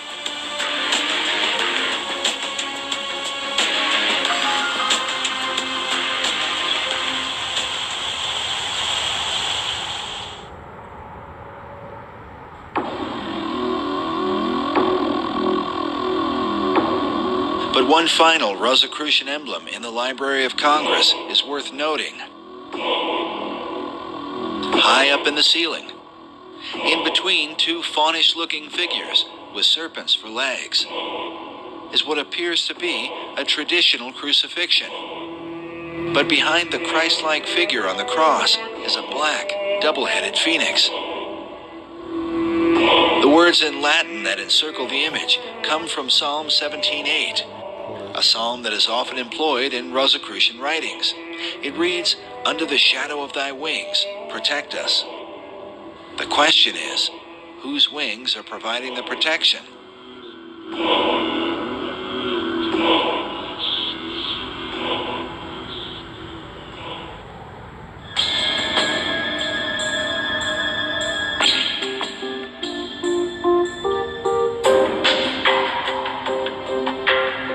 The Rosicrucians, like the Freemasons, follow a particular philosophy known as Hermeticism, which is directly related to how and why Washington, D.C. was built. The origin of this philosophy dates back to the deepest recesses of the ancient world, and to what has been one of the most dominant subjects in archaeological and metaphysical research through the 19th and 20th centuries, the lost empire of Atlantis. In Plato's dialogue, the entire authority of the Atlantis tale is based on the reputation of Solon, the Greek poet and lawgiver. Plato cited Solon as his source of information concerning the Atlantis story. And Solon said that he got his information about the Atlantis story from the priesthood of ancient Egypt during his time there, which was extensive. He is featured prominently in the Hall of the Lawgivers in the Capitol building. And he is also featured prominently on the pediment on the back of the Supreme Court building. The pediment above the east entrance of the Supreme Court building features Moses holding the 2 tablets of the 10 Commandments. To his right is Confucius, the ancient Chinese philosopher, while on his left is the Athenian lawgiver, Solon. Solon, was one of the 7 wise men of Greece. Seemed to be very realistic about what he knew, which we knew where he got what he knew entirely, but he passed it on to Plato. So in the old Atlantis that was in legend, at least, although it seems like that Solon and Plato really believed it existed. Atlantis is significant to understanding the secret societies, as it is said that all the mysteries believed by them have their beginning in this ancient empire. Well, it's this concept that there is ancient, mysterious, magical knowledge, which we initiates only can provide to you, and goes back to the time of Atlantis. All knowledge, the power to heal, the power to destroy, godlike powers hidden within secret societies. The ancient mystery religion is said to have been carried in secret to preserve the teachings through the Dark Ages. It's believed the mysteries were adopted by the Knights Templar, who brought them back to Europe when they returned from the Crusades. Templars came over to the Holy Land, and this is where the Templars got a lot of their kind of outre heretical ideas that later on got them in a lot of trouble. In England, the mysteries were adopted by men like Dr. John Dee, and later by Sir Francis Bacon. When Bacon sent his secret societies to the New World, the mysteries came with them. In short, the ancient mysteries represent the pagan beliefs of Rome, Greece, Babylon, and Egypt. And before that, it's said to Enoch, who was the great initiate and king of Atlantis. And it said all the teachings come from Enoch. Enoch is mentioned in the book of Genesis, where it says that Enoch walked with God, and he was not, for God took him. The biblical Enoch was then adopted by the ancient occult philosophers, who transformed him into a synthesis of various pagan gods and wise men. According to Masonic historians, Enoch was later known as Hermes to the Greeks and Mercury to the Romans. Among the Egyptians, he was called Thoth, and the Book of Thoth is said to be a collection of his wisdom. Enough cannot be said about the esoteric version of Enoch. When Dr. John Dee made contact with angelic beings, they supposedly communicated a system of magic to him based on the Book of Enoch. Today, this system is widely practiced and is known as Enochian magic. Yet it is Enoch's identity as Hermes that seems most prevalent in the mysteries. And hence the term Hermetic. And supposedly there was this great, awesome teacher of occult lore who was known as Hermes Trismegistus, which means thrice greatest Hermes. And he produced this book It's called the Divine Poimander. And this is kind of like, if you will, a Bible of ancient occult lore. It was Hermes who was said to be the first to discover the zodiac and invented the art of communicating knowledge to the world. More importantly, Hermes taught men the craft of building cities. In the Divine Poimander is revealed the Hermetic maxim, as above, so below, as pictured by this tarot card of a magician with one hand up and the other hand down. It's as above, so below, but after a different manner. And what that means is that in esoteric thought, in everything that is above is reflected down below. So, for example, a human being is a certain shape and form, but the universe itself is a giant version of the human body. And that everything that is down here has a supernal, macrocosmic, if you will, origin. And that's one of the essential concepts in the occult. As above, so below is repeatedly symbolized in esoteric art and a variety of symbols, the most basic of which is a triangle pointing upward or above. This is accompanied by a second triangle pointing downward below. When combined, they form a hexagram, commonly recognized as the Star of David, one of the most dominant symbols in the occult.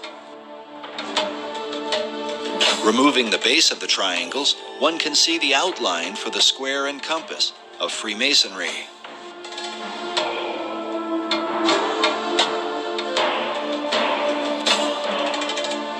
This next image shows what Manly Hall called the God of Reflections. He is called the Ancient One, perched over a pool of water that reflects his image. Notice also how the placement of his arms and the crown upon his head form two triangles like a Star of David, while on his chest is a Maltese cross positioned upward and then reflected again down below. Esoterics believe this same principle of reflection can be found in nature, with bodies of water providing a mirror as a picture of the Hermetic maxim. With this in mind, consider the placement of the reflecting pools in our nation's capital. Before the Washington Monument, the U.S. Capitol, the Lincoln Memorial, and the Supreme Court.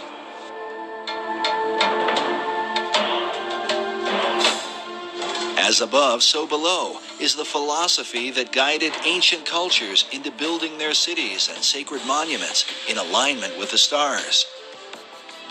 While mystical sites like Stonehenge, the pyramids, and Easter Island are all examples of this practice, modern researchers believe that with them is the design for Washington, D.C.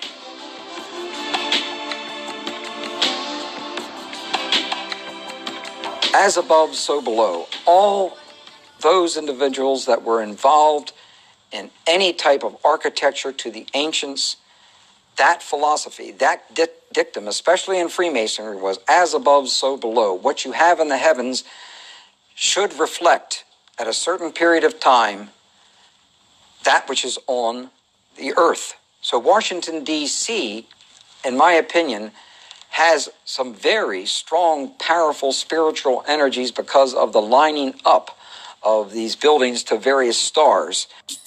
These spiritual energies are referred to by Masonic author David Oveson. He writes that in the years following the American Revolution, the Masonic fraternities held ceremonial layings for government buildings. Such buildings were aligned with the stars and with the spiritual beings who ruled the stars. The debates over the design for Washington, D.C. usually begin with the designers themselves. Were these the sort of men to employ esoteric philosophy into the building of America's capital city? There's a distinction we have to make between the street plan of Washington, D.C. and the architecture that adorns it. We know the names of the four major people that laid out the street plan, and the variations that happen in those street plans. And then there are any number of architects that worked on the various buildings that went up over the years. Nevertheless, at every major level, the influence of Freemasonry is said to have played a pivotal role. So much so that many researchers claim to see a Masonic square and compass in the street design itself. Clearly, a lot of the designers and architects of Washington, D.C. were Masons, starting with George Washington himself, who was a high-ranking Mason and who was a leading force and a guiding force for both the location of the city and the layout of the city. Washington's authority as the father of a new nation would set the course for America's capital city, beginning with its designer.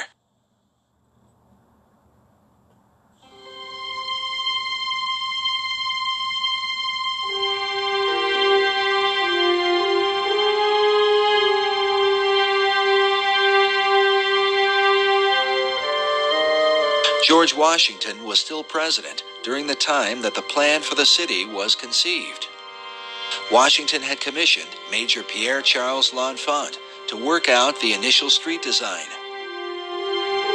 L'Enfant had come from France with the Marquis de Lafayette and served with Washington during the Revolutionary War as one of his officers. He was known as a temperamental Frenchman, sometimes difficult, if not impossible, to work with. He, as I understand it, felt very strongly about the plan that he developed for the street layout of the city. So much so that when minor changes were suggested, he became irate. Oh, absolutely not. No changes. No changes. But nonetheless, if you look at his original plan, which is, of course, available, you can see maps, his map, and it is very similar to the current layout of the city. L'Enfant insisted his original design be followed to the letter, something that would later lead to his dismissal from the project. Yet even so, one Masonic author writes that the early architects responsible for individual buildings did attempt with considerable success to honor L'Enfant's master plan. He goes on to call it an arcane schema to be established with the aid of interested Masons.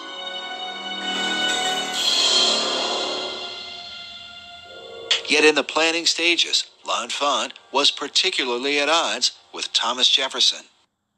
These guys had a terrible, they just did not get along.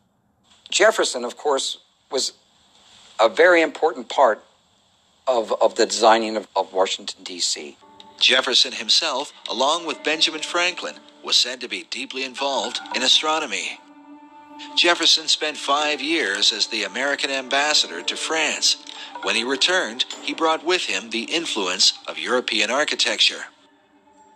Along with Washington, Jefferson, and L'Enfant was Andrew Ellicott, the surveyor for the city, and Benjamin Banneker, his assistant. Banneker has been called the man who loved the stars.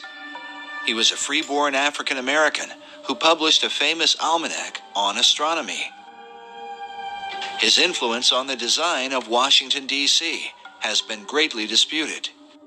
Some believe that when Pierre L'Enfant was fired from the project, he took his designs with him. Good day, sir. L'Enfant! And that Benjamin Banneker was able to recreate the plan from his photographic memory later on. Others argue that copies of L'Enfant's design were still available, and that the unfinished elements were then added by the surveyor, Andrew Ellicott, a little-known figure who some believe was a Freemason.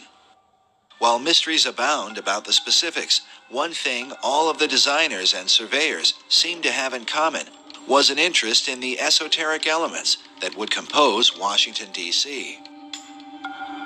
Ultimately, when the final design was presented, George Washington chose to call it the L'Enfant Plan.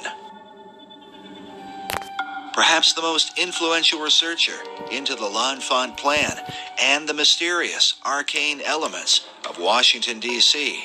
has been David Oveson, who wrote the book, The Secret Architecture of Our Nation's Capital. In his book, Oveson argues that the real mystery of Washington, D.C. is to be found in Federal Triangle. What Oveson felt was that Federal Triangle was basically reflected from the stars. Oveson's research, more than any other, confirms the idea that Washington, D.C. was built according to Hermetic principles, as above, so below. It was laid out to reflect what was going on in the stars, where you had a right-angled triangle surrounding the constellation of Virgo. The right-angled triangle surrounding Virgo is partly reflected in the layout of Federal Triangle and symbolizes the Pythagorean theorem. The theorem simply states that the base of a right triangle squared and the perpendicular side of a right triangle squared are equal to the third side, known as the hypotenuse.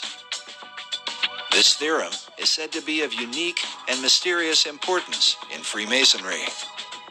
It's interesting that in the third degree of Masonry, the Master Mason candidate is given several lectures. And one of the lectures, he is told to meditate upon the 47th problem of Euclid, which is also the 47th theorem of Pythagoras. And it's also known as the Pythagorean theorem, which is the sum of the square of the hypotenuse is equal to the sum of the square of the other two sides in a right triangle. And of course, everybody goes, huh? You know, what's that got to do with anything? But it sounds really impressive. And of course, it's never explained. You have to go and look it up. You have to take the initiative and go into a Masonic library or a Scottish Rite library. Fortunately, there was a huge one in Milwaukee where I lived. And then you learn what they're being told. What they're being told is that, and again, symbols have different levels of meaning. And, for example, the upright part of a right triangle symbolizes Baal. The horizontal part of the right triangle symbolizes the female, who is, of course, prostrate and passive. And the hypotenuse, which connects the two, that symbolizes the divine child that Baal and the goddess create. Baal and Astarte, Isis and Osiris, pick the name, they're all the same thing. They're trying to evoke the trinity, the pagan trinity of Baal or Osiris and Isis and Horus.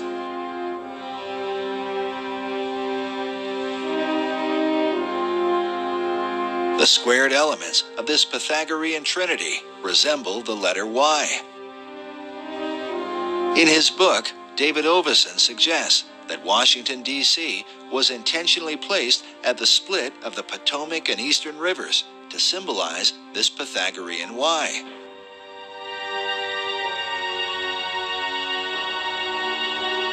It was George Washington who outlined the 10 square mile parameter for the city, according to the cardinal directions. But Oveson's principal theory is that in L'Enfant's original plan, the White House, Washington Monument, and Capitol Building were designed in a right triangle, according to a star pattern above, where 3 stars surround the constellation Virgo, forming a stellar triangle. According to Oveson, the Federal Triangle actually exists within this greater triangle, but with the same purpose. This Hermetic symbolism, above and below, is intended to draw upon the spiritual energies associated with Virgo. But for what purpose? Could it be that as Isis brings forth Horus, so the energies of the Virgin are intended to bring forth the divine child? Oveson refers to Pennsylvania Avenue as the spiritual center of Washington, D.C., partly because it forms a direct line between the Capitol Building and the White House, but also because Pennsylvania Avenue is the hypotenuse of the Federal Triangle and symbolizes the divine offspring of the pagan Trinity.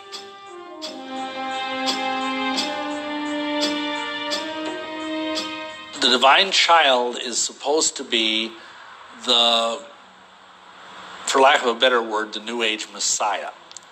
He's supposed to be the product of the coming together of the cosmic feminine forces and the cosmic masculine forces to produce a synergy. This synergy of the masculine and feminine is said to be a key understanding of all occult doctrine. These are the positive and negative, like the black and white imagery of yin and yang. Sir Francis Bacon held to these ideas through the gods Apollo and Athena. Bacon took his mystical views from the teachings of Kabbalah.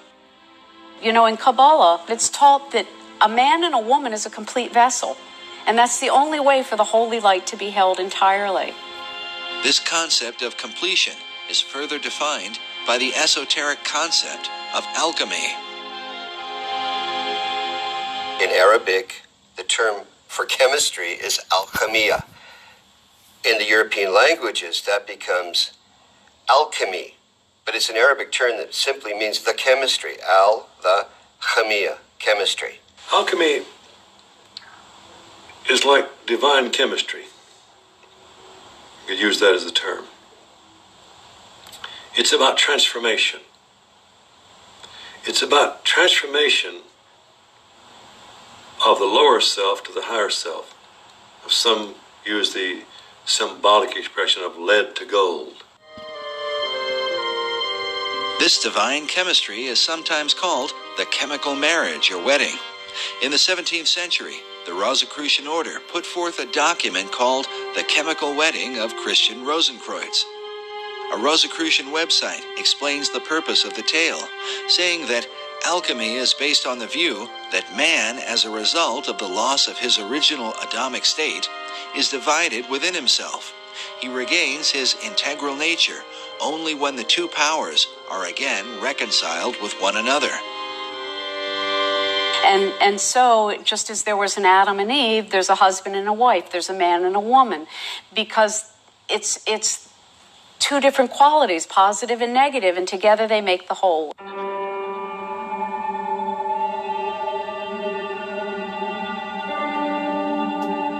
Throughout Washington, D.C., the alchemic and Pythagorean principle of the male and female seems to be repeated again and again.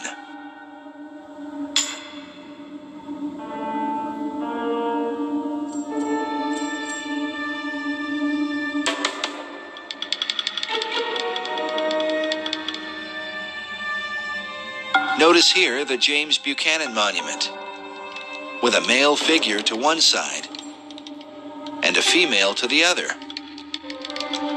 while President Buchanan, who also happened to be a Freemason, is placed in between them, where the perfected man would be.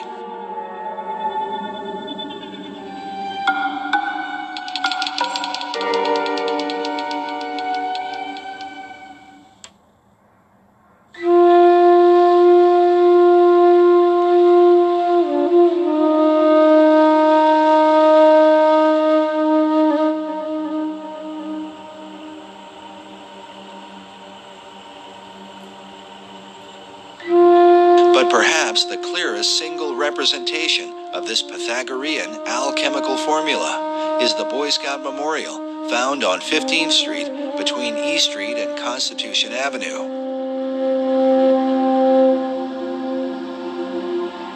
The Boy Scouts of America were founded by a Freemason named Daniel Carter Beard. And so it seems only fitting that the Boy Scout Memorial would be a kind of American Trinity, where the Boy Scout himself stands in the place of the divine offspring.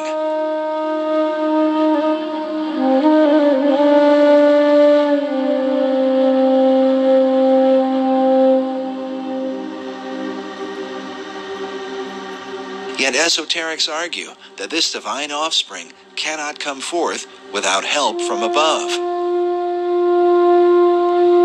Primary sources indicate, as Jefferson and other those who were involved with architecture, that you lined up the heavens with whatever you were creating, have it built at a certain time, and that would pull the spiritual energies and powers into that location. The idea of receiving help from heavenly powers was the ancient practice of alchemists, Rosicrucians, and those in pursuit of secret knowledge. But on Pennsylvania Avenue, the General Gordon Meade statue seems to clearly capture this idea. Meade was the Union general who defeated Robert E. Lee at the famous Battle of Gettysburg, sometimes called the bloodiest and most decisive battle of the Civil War. One that ultimately decided that the American states would remain united. Notice the general standing in the forward position with the golden standard of victory above his head, while behind him are a series of mythical god and goddess-looking figures, as if they might be powers and principalities from the heavenlies. In total, the statue seems to represent the idea that Meade was empowered by heavenly forces to accomplish what he did. But exactly what forces are these? And what power do they represent? A Freemasonic website features General Meade's walking stick, with an image of the general carved upon it, the name and dates of the Gettysburg battle, along with a skull and crossbones, while just above it is a Masonic square and compass. Consider also the golden standard that floats like a halo above the general's head, reminiscent of countless images of Christ through the Middle Ages. The theme of a Christ-like figure empowered by heavenly beings has many levels in Washington, D.C., and seems to be the perfect companion to the Virgin symbolism which appears throughout the city, not the least of which is the goddess Freedom that sits atop the U.S. Capitol. A replica of Freedom is found inside the Capitol itself. The Virgin is said to symbolize purity and perfection, and hence becomes the alchemical companion to the perfected man, who also brings forth the divine child. In front of the Supreme Court building are found a male figure to one side and a female to the other. But centered in the tympanum above is not a man, but a woman, said to be the goddess Liberty enthroned. But exactly what liberty does she represent? David Oveson's book is subtitled The Masons and the Building of Washington, D.C. Could all of this arcane symbolism have been the intentional working of Freemasons? David Oveson seems to think so. The author declined to be interviewed on camera, but did grant us a phone interview, where he told us he felt his lengthy book was merely scratching the surface. We also learned from the Masonic headquarters in Washington, D.C., that since the book's publication, David Oveson has become a Freemason. But while many Masons are proud to say that America's capital is full of Masonic symbolism, not all of them agree. From my studies of the design of Washington, D.C. and its history, I do not believe that there are any secret plans or designs related to Freemasonry. Dr. S. Brent Morris is an honorary 33rd degree Mason and the managing editor for the Scottish Rite Journal, Masonry's premier publication. His office is located inside the Masonic House of the Temple in Washington, D.C. Norman Vincent Peale, Harry Truman, Bob Dole, Gene Autry, John Philip Sousa, John Glenn. We know that he wore this medal. We're not sure that he wore it at the cornerstone. There is the apron that he wore. That apron is still in existence. So there he is laying the cornerstone. Now, while Dr. Morris is proud of Masonry's long heritage of prominent members, he disagrees with Oveson's notions of Masonic symbolism in stellar alignments and signs of the zodiac. Freemasonry uses the zodiac in only the most superficial way. They use it as an emblem to refer to the heavens. You can go to the National Academy of Sciences and you can see star maps representing the heavens. You can see in their mosaic floor, you can see designs of the gods and goddesses. And certainly if anyone in Washington is not influenced by astrology, it would be the National Academy of Sciences. Freemasonry uses the zodiac as a symbol for the sky, as a symbol for the heavens. We talk about the 7 liberal arts and sciences: grammar, rhetoric, logic, arithmetic, geometry, music, and astronomy.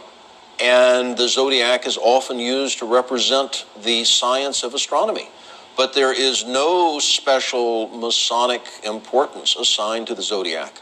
No Masonic importance at all assigned to astrology.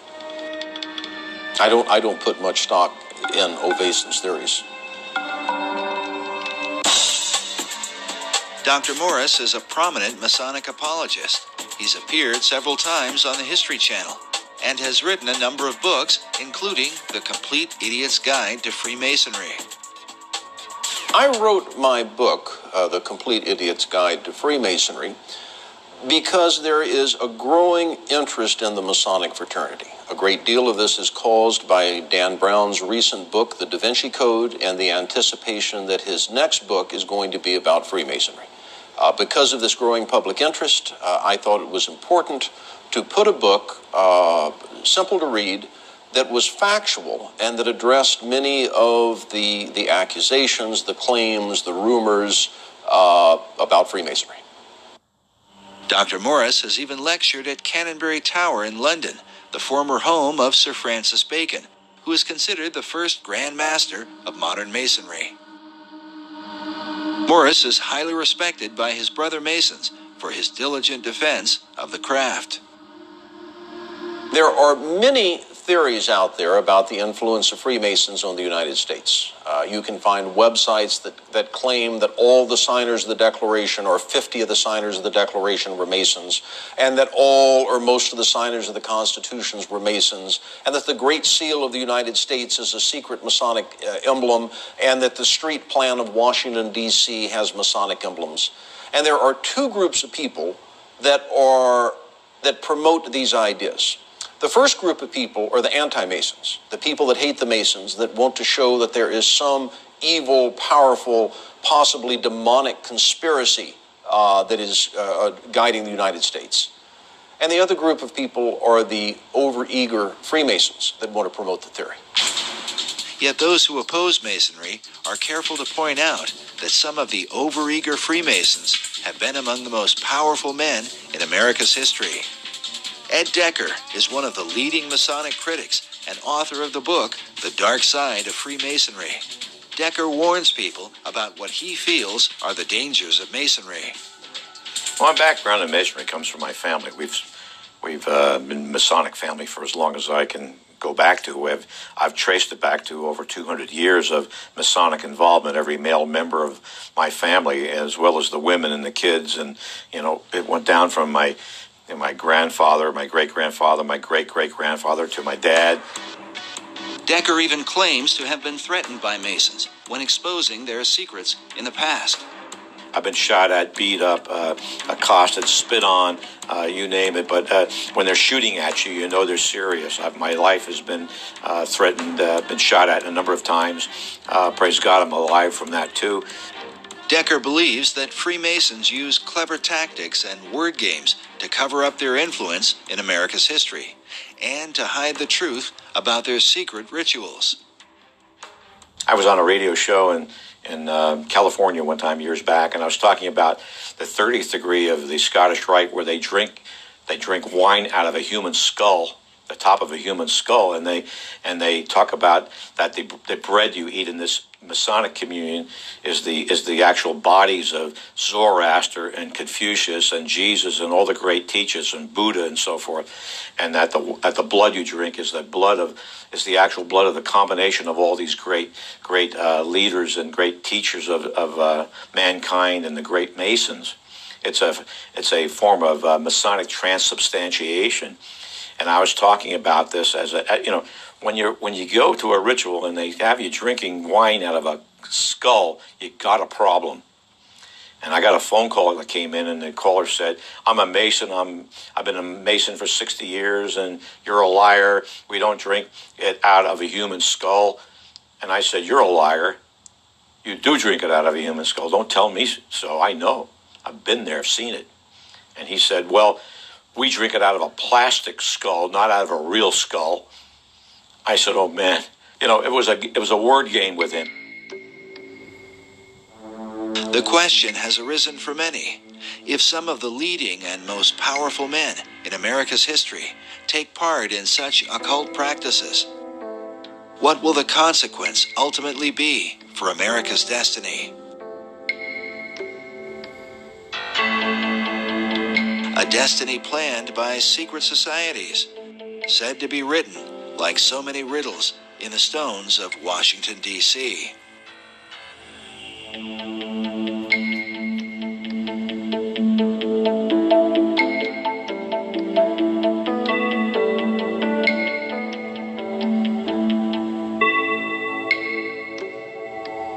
A growing number of Masons reject the suggestion of a Masonic agenda in Washington, D.C. Among them is Trevor McEwen, the Grand Historian for the Masonic Lodge of British Columbia. If you study architecture, you'll note that architects will occasionally play little in-jokes, where, say, in the frieze work around the top of a building, there'll be medallions that are supposed to be old Roman coins. So what they might do is, rather than put a Roman emperor as the face, they'll put their brother-in-law's face there. No one can really see it, but it's there.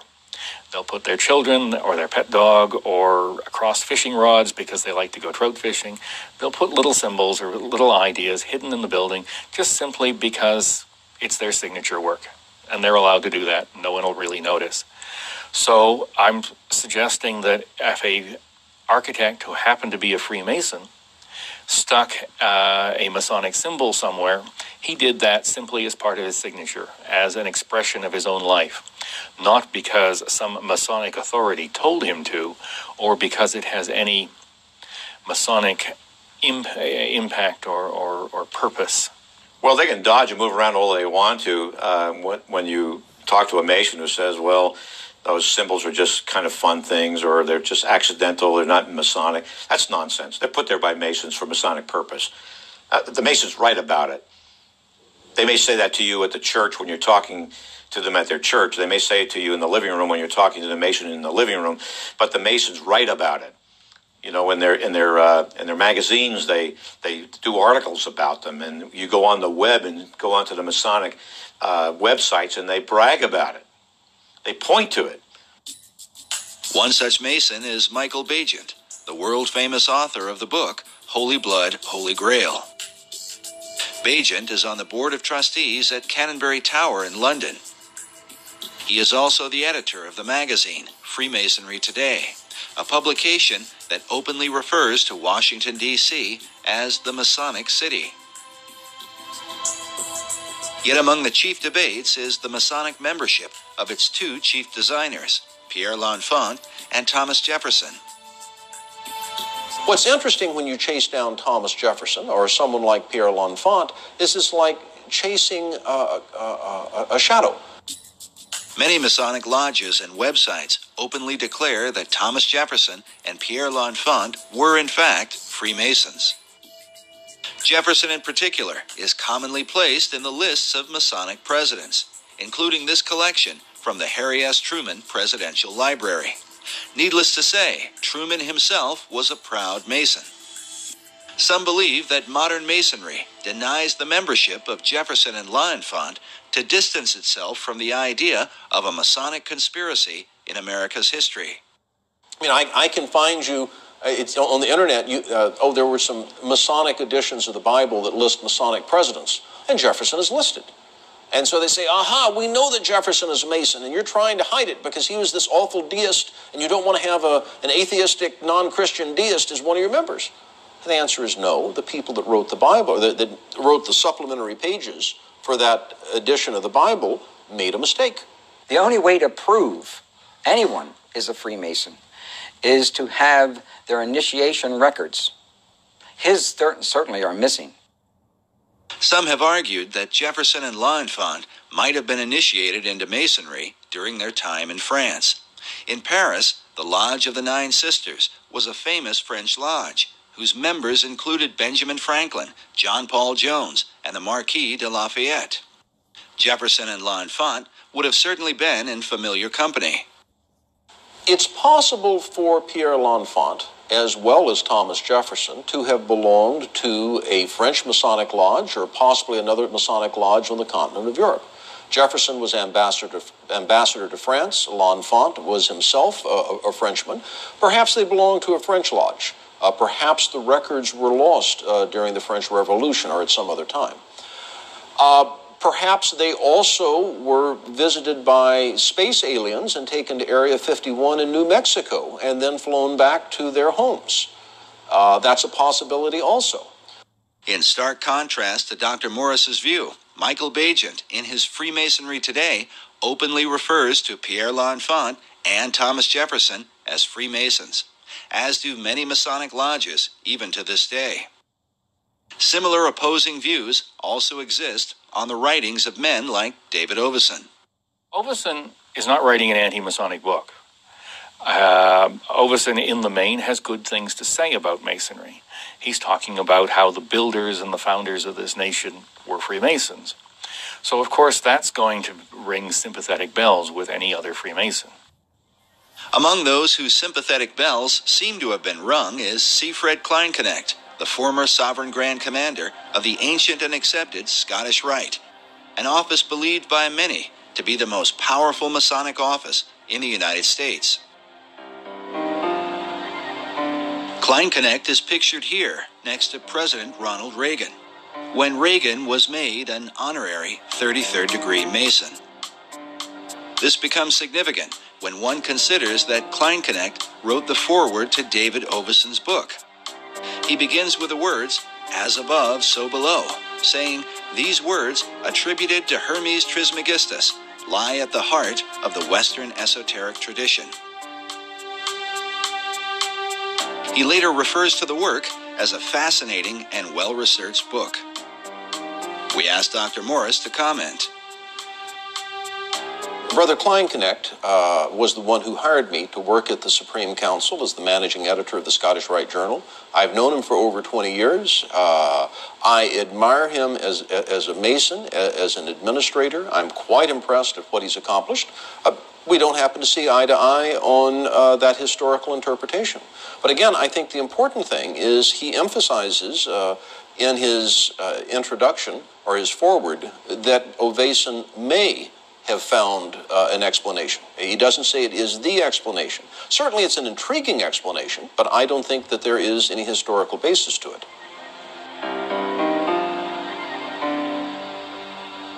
Of David Oveson's research, Siegfried Kleinknecht writes that recent scholarship demonstrates the undeniable influence of Freemasonry exerted on the American system of government. While Kleinknecht is careful in his suggestion, he goes on to relate Oveson's work with that of 19th century Masonic icon Albert Pike. Albert Pike is the father, really the father of American Freemasonry. And I don't know of a greater authority on Scottish Rite Masonry than Albert Pike because he authored it. He's the one who wrote Scottish Rite Masonry, the 32 Degrees. Albert Pike, in his ritual research, suggests that the ceiling of Masonic lodges should be painted with symbolic constellations. In the foreword to Oveson's book, Kleinknecht comments on Pike's suggestion for a ceiling design. He says, "The astonishing thing is that Pike's ceiling design reflects precisely the same mysteries observed by David Oveson in this book." Albert Pike was one of the most prominent 19th century Freemasons. He joined the fraternity, I believe, in 1859, just before the Civil War. He was a scholar of ancient languages, was very familiar with what we would call comparative religion today, and he was given the task by the Supreme Council for the Southern Jurisdiction to rewrite their rituals. And this he did just before the Civil War, and then after the Civil War, he was elected Grand Commander of the Southern Jurisdiction, and he served in that position until his death in, I think, 1891. Pike held the office of Sovereign Grand Commander for the Southern Jurisdiction, which is based in Washington, D.C. This is the same office that would be later held by Seafred Kleinknecht. Albert Pike's great contribution to the Scottish Rite is his book, Morals and Dogma of the Ancient and Accepted Scottish Rite of Freemasonry. On the title page it reads, Esoteric Book for Scottish Rite Use Only, to be returned upon withdrawal or death of recipient. It's given to the new Masons after they've gone through a series of stuff. Then they're given a copy of Albert Pike's book. Pike declared that the true definition of Freemasonry is an advance toward the light.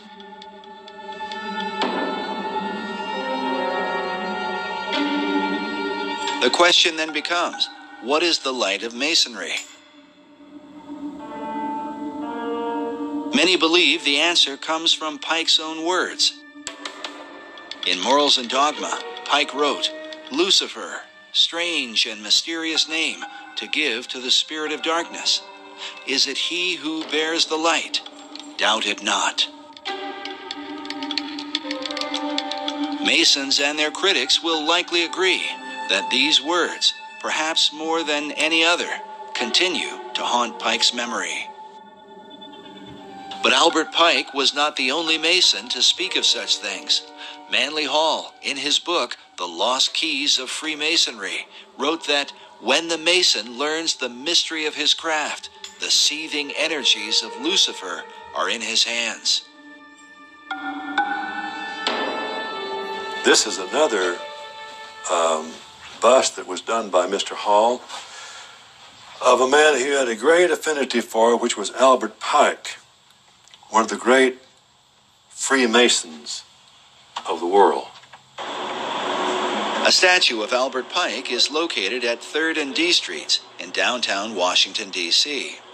It was erected by Freemasons in 1901 through an act of Congress.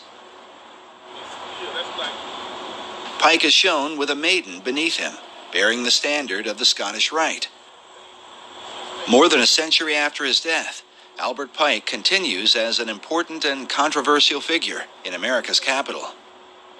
Not only does his statue remain, but he is the central focus of one of Washington, D.C.'s most unique buildings, the Masonic House of the Temple, the headquarters for the ancient and accepted Scottish Rite of Freemasonry. The building was designed by 20th century architect John Russell Pope, who modeled it after the mausoleum at Halicarnassus, one of the 7 wonders of the ancient world. Pope himself was not a Freemason, so he relied upon the esoteric knowledge of Elliott Woods, a 32nd degree Mason who was the architect of the United States Capitol at the time. The top of the temple is shaped like a step pyramid that some believe parallels the truncated pyramid on the back of the dollar bill. If you count the courses of masonry on the pyramid, you'll see it has 13 courses of masonry, and that corresponds to the 13 steps on the pyramid that is the roof of the house of the temple. Not only is the number 13 present in the roof design, but the house of the temple is said to be 13 blocks north of the White House, leading some to believe that a secret Masonic signature somehow ties Masonry with the seat of power in American government. One of the interesting theories put forward about the layout of Washington, D.C. is that the House of the Temple is exactly 13 blocks north of the White House. And the statement is usually said with a great deal of dread, and I'm sure that if we had a soundtrack accompanying it, there would be deep bass strings playing in the background to emphasize that sense of dread. Now, it turns out that there are some side streets at a halfway marker, and if you count them, and you don't count the streets that are in the circles, well, by golly, you can come up with 13 if you kind of squint your eyes and look at it sideways. Using a simple map, 13 individual cross streets can be identified between the White House and the House of the Temple, located on the south side of S Street.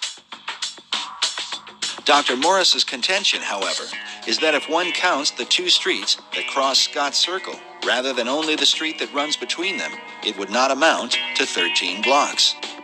Yet even prominent publications, such as U.S. News and World Report, have written that the Masonic House of the Temple is about 13 blocks north of the White House. But superstition about 13 seems ingrained in American culture. Even our modern elevators specifically avoid the number. It's said that President Franklin Roosevelt would invite his secretary to dinner to keep from having 13 people at the table, and would avoid going out on the 13th of each month. Yet it would seem that FDR was not so troubled about the appearance of 13 on the Great Seal of the dollar bill. 13 leaves in the olive branches, 13 bars and stripes in the shield, 13 feathers in the tail of the eagle, 13 arrows clutched in its talons, 13 letters in the phrase E pluribus unum on the ribbon, 13 stars in the hexagram above the eagle's head, the 13 levels to the pyramid, and 13 letters in the phrase Annuit Coeptus, said to mean God has prospered. When French architect Pierre L'Enfant laid out the design for Washington, D.C., David Oveson tells us he planned for 13 approximate straight lines of avenues for the city. But what does 13 mean in the occult? First, let us consider how those who are involved with mysticism look at numbers. William Wynne Westcott, a well-known Freemason and one of the co-founders of the Hermetic Order of the Golden Dawn, explains that the followers of Pythagoras referred every object, planet, man, idea, and essence to some number or other. The numerals of Pythagoras were hieroglyphic symbols, by means whereof he explained all ideas concerning the nature of things. He goes on to say that all systems of religious mysticism are based on numerals. Some believe the phobia about 13 comes from the Last Supper, where supposedly Judas Iscariot was the 13th person to arrive and then later betray Christ. Kabbalists say 13 represents man's ability to go beyond the zodiac, to ascend above the stars of heaven. With this in mind, consider this phrase inside the Library of Congress: "Too low they build, who build beneath the stars." For Kabbalists, the number 13 is not unlucky, but refers to their concept of God. The word Shekinah represents the manifestation of God's glory. It is taught that the Shekinah glory of God shone in Solomon's temple when it was first dedicated. This picture shows a group of Freemasons reenacting this dedication ceremony. But in the Library of Congress, we are faced with an interesting puzzle, as we find these words painted on the wall: "The true Shekinah is man." But what could all this have to do with the number 13? Biblical scholar E.W. Bullinger writes that as to the significance of 13, all are aware that it has come down to us as a number of ill omen. Many superstitions cluster around it. Unfortunately, those who go backwards to find a reason seldom go back far enough. We must go back to the first occurrence of the number 13 in order to discover the key to its significance. It occurs first in Genesis 14:4, where we read that 12 years they served Chedorlaomer, and the 13th year they rebelled. Hence, it stands in connection with rebellion, apostasy, and revolution. It was when America was made up of 13 colonies that its rebellion against England occurred. Was this just a coincidence, or the intentional working of the Freemasons who launched the Boston Tea Party? An event commemorated here on the ceiling of the Capitol building. Nearby is an illustration which had originally been designed by Benjamin Franklin. Franklin himself was a master mason and the head of several lodges in America and Europe. In his proposal for the Great Seal of the United States, Franklin coined the phrase, "Rebellion to tyrants is obedience to God." In this illustration, Franklin chose to represent the early colonies in the form of a serpent, divided into 13 sections, with the words, "Join or die," in the midst. The traditional belief is that all of that was based on the fact that there were originally 13 states in the Union, and that the number 13, that's the conventional view, is just simply because there were 13 states that the number 13 was emphasized. Another 13 is found about 13 blocks south of the Masonic House of the Temple. The cornerstone of the White House was laid on October 13th, 1792. The architect for the White House was an Irishman named James Hoban, who took his design from Leinster House in Ireland. Since 1922, Leinster House has been headquarters for the Irish Parliament, but before that was known as the first Masonic Lodge in Ireland. In 1307, the Knights Templar were betrayed in Europe by the Pope and the King of France. By now, it is well known that they fled to Scotland for refuge, hiding themselves in Masonic lodges. Yet according to 18th century Masonic author Baron Karl von Hunt, certain Templar leaders made their way to Ireland before they reorganized and formed their well-known power base in Scotland. The Knights had a foothold in Ireland since about the 13th century through their banking operations, and would have likely gone underground to protect themselves once the persecutions began. What we do know is that centuries passed, and in time, Leinster House became the birthplace of Irish Freemasonry, with obvious connections to the Knights Templar. Leinster House was once called Kilwinning Lodge No. 75, or the High Knights Templar of Ireland.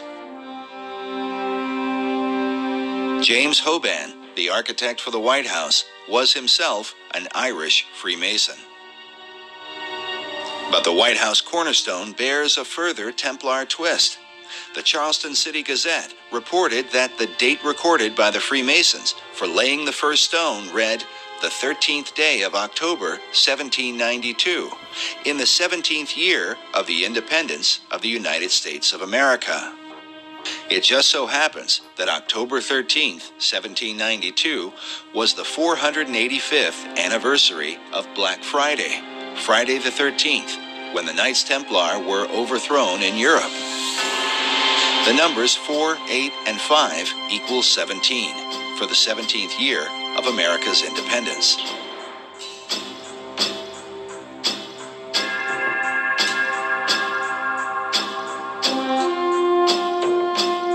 Meanwhile, the day before, on October 12th of 1792, was the first celebration of Columbus Day in America, and supposedly commemorates how Christopher Columbus sailed for 33 days before he made his first landfall in the New World.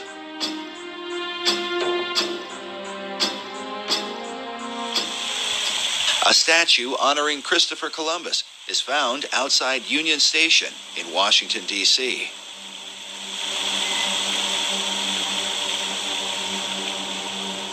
The Columbus Monument declares that it was the faith and courage of Christopher Columbus that gave to mankind a new world. Yet for years, researchers have wondered why American historians have given such credit to Columbus when there were others who had reached the New World earlier. Columbus in 1492 only got as far as the Caribbean islands.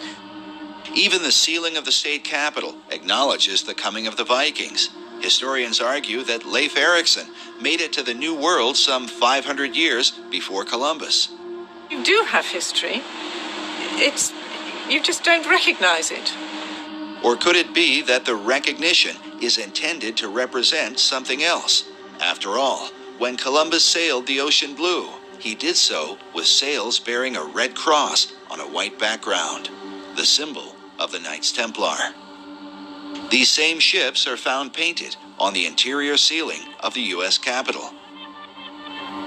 When they were arrested, the Templars were accused of devil worship, a charge that has been a point of controversy to this day. Many, many hundreds of knights were captured, they were tortured, and that makes a lot of their confessions rather suspect. However, I think the old saying is where there's smoke, there's fire. And it is interesting that in England, the Templar Knights were not tortured. They were interrogated, but they weren't tortured because that was against the law in England. And some things do emerge. One is that they do seem to have been required as part of their ordeal, their initiatic ordeal, if you will, to trample on the cross and spit on the cross.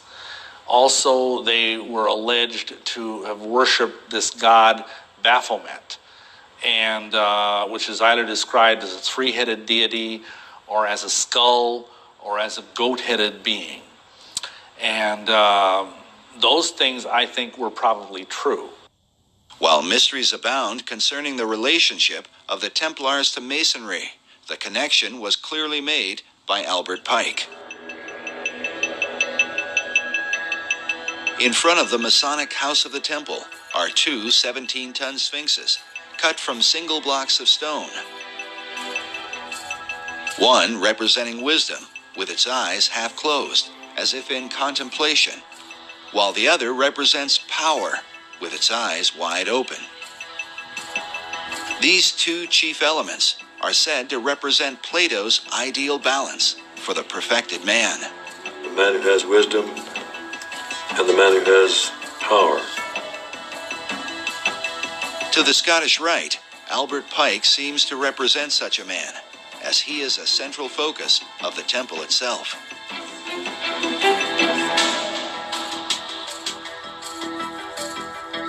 A bust of Pike is featured at the top of a stone altar in the main hall. Next to it are Pike's own words: "What we have done for ourselves alone dies with us. What we have done for others and the world remains and is immortal." But exactly what immortal works Pike did for others and the world remains an issue of constant debate among critics of Masonry. Albert Pike is a favorite whipping boy of conspiracists. Like the Templars who came before him, Pike's real beliefs are often questioned, and with him, the beliefs of Masonry. Albert Pike was a Luciferian. Literally, Luciferianism is the center core of Freemasonry. Pike's body is buried inside the temple itself, with his stained glass memoriam, next to a bust of his likeness. And they revered him so much that they actually dug him up and buried him in a wall underground. And you go to the house of the temple, and there's an actual room dedicated to Albert Pike. The Albert Pike room is located in the lower level and is filled with Pike's many books, a number of portraits and photographs, the pipes, memorabilia, and even the death mask of the man thought by many to be America's most important and notorious Freemason. In his lifetime, Pike would have seen the completion of the U.S. Capitol and the Washington Monument. He lived much of his life in Washington, D.C., and devoted himself to the promotion of Freemasonry. Indeed, some have argued that Pike's controversial form of Masonry was the result of a radical struggle that occurred during the years just after the American Revolution.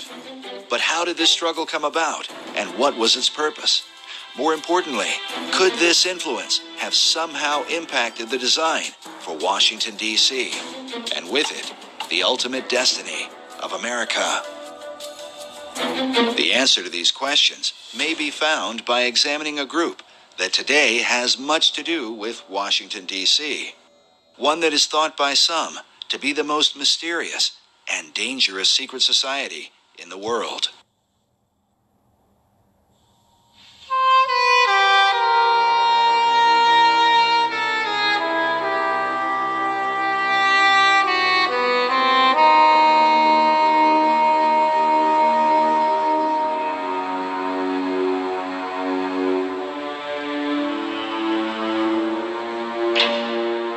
General William Huntington Russell was at a university in Germany, studied the ways of a secret society that is sometimes spelled S-C-U-L-L, asked permission to transfer it to North America, and he did. And that is the beginning of Skull and Bones. Some 50 years earlier, during the time of the American Revolution, Germany had been the home of a secret order that many claim would be responsible for all the wars and conspiracies of the next 200 years. Could William Russell have become involved with a remnant of this German society? He also is on record observing that American Freemasonry and Rosicrucianism had drifted from their European origins and roots. And as a drift, they were losing sight of the secrets or of, the mandate, the purpose, and the protocols of their existence. So he formed Skull and Bones to reconcile these arcane orders with the mainstream European movement. During this era, the mainstream European movement, especially among secret societies, was on fire with a concept of revolution, which involved overturning old systems of government, monarchies, and the influence of organized religion in particular. In the birth of this revolutionary philosophy, Germany played a key role. In his book, Fire in the Minds of Men, James H. Billington, the Librarian of Congress, writes that the revolutionary ideology of the 18th and 19th centuries was shaped not so much by the rationalism of the French Enlightenment, as is generally believed, but by the occultism and pro-romanticism of Germany. He goes on to say that this ideology continued through the reign of men like Joseph Stalin and Adolf Hitler.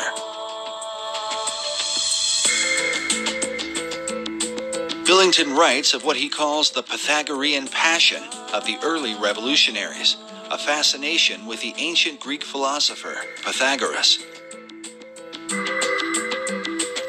According to tradition, Pythagoras was driven from Greece to southern Italy, where he allegedly founded a religious and philosophical brotherhood to transform society. Pythagorean philosophy dominated the signs and symbols revolutionaries used to define their movement. Billington writes that occultists became politicians and made special use of the two most important Pythagorean geometric symbols, the circle and the triangle, in dramatizing their challenge to establish power. In Germany, the leading revolutionary was a Bavarian law professor named Adam Weishaupt, who founded a secret society called the Illuminati. Billington writes that Weishaupt's final blueprint for politicized Illuminism, written during the first year of the French Revolution, was entitled Pythagoras. Pythagorean geometry plays an important role in the design for Washington, D.C. The entire layout of the city is based around Federal Triangle, a right triangle which represents the Pythagorean theorem. Could this have been the influence of Adam Weishaupt and the revolutionary faith of the Illuminati? And if so, in what other ways could this mysterious and highly controversial group have impacted America? The Illuminati was an organization created in Bavaria. A Freemason named Adam Weishaupt created the Illuminati as an inner circle of Freemasons. And he was very definitely taken by the period of the Enlightenment. He saw liberal democracy and liberal government, not liberal in the sense that we use it today in political talk, but liberal in the sense of giving rights and freedoms to the citizen as an important way to improve the world. And his plan was to create this inner circle of Masons called the Illuminati. That means the enlightened ones. And that this inner circle of Freemasons would then spread out among Masonic lodges, and then the Masons in turn would see to it that their members were put in prominent positions in government, and that then the Illuminati's influence would enable the liberal democratic principles of the Enlightenment to be spread throughout the world. It had three ideals: separation of church and state, controls on the power of the state, and the emancipation of women. Three planks in their platform, if you will. Now, one could say that the Bavarian Illuminati won, because that, in effect, defines Western society. Because the Illuminati plan to change the world in many ways came to pass, some believe the order functioned through the revolutionary movements of the 18th, 19th, and 20th centuries. The cry for revolution around the world seems to have impacted all the countries of Europe and spread beyond to Russia, China, North Korea, and Cuba. But most controversial is the society's influence in America, something hinted at in the very date in which the Illuminati in Germany was founded. I think they were supposedly formed in 1776, the same year of the Declaration of Independence. And the Illuminati was established as an organization. You know, he says, no longer are we going to take the orders of the monarchs in 1776. Now that's a pretty important date, isn't it? Now, you made reference to 1776 and the Illuminati. Can you draw a line? I do associate the two because the language was so symbolic. It's too direct and too precise not to know that these people who envisioned such a new world were actually combined in the underground secret societies of Europe. Fire was an important symbol to the revolutionaries, who were determined to destroy the old world in preparation for the new. As one of them declared, with a match, one does not lift up the world, one burns it. Weissaup's Bavarian Illuminati sparked the flame of the revolutionary faith, but some researchers believe that, at some point, their flame was put out. They lasted about 10 years. Now, what lasted for centuries after them was the rumor and reputation that there is a secret inner circle of Freemasons that are plotting to take over the world. John Robison in Scotland wrote a book, Proofs of a Conspiracy, where he talks about how the Illuminati are trying to take over Masonic lodges, and Masonic lodges are trying to take over the world. But the American lodges, by and large, externally, we know, did not accept that because it wasn't needed. However, it doesn't mean that there weren't lodges within the United States that did. You had to have had some Freemasons that were members of the Illuminati, but were they in control of any lodges?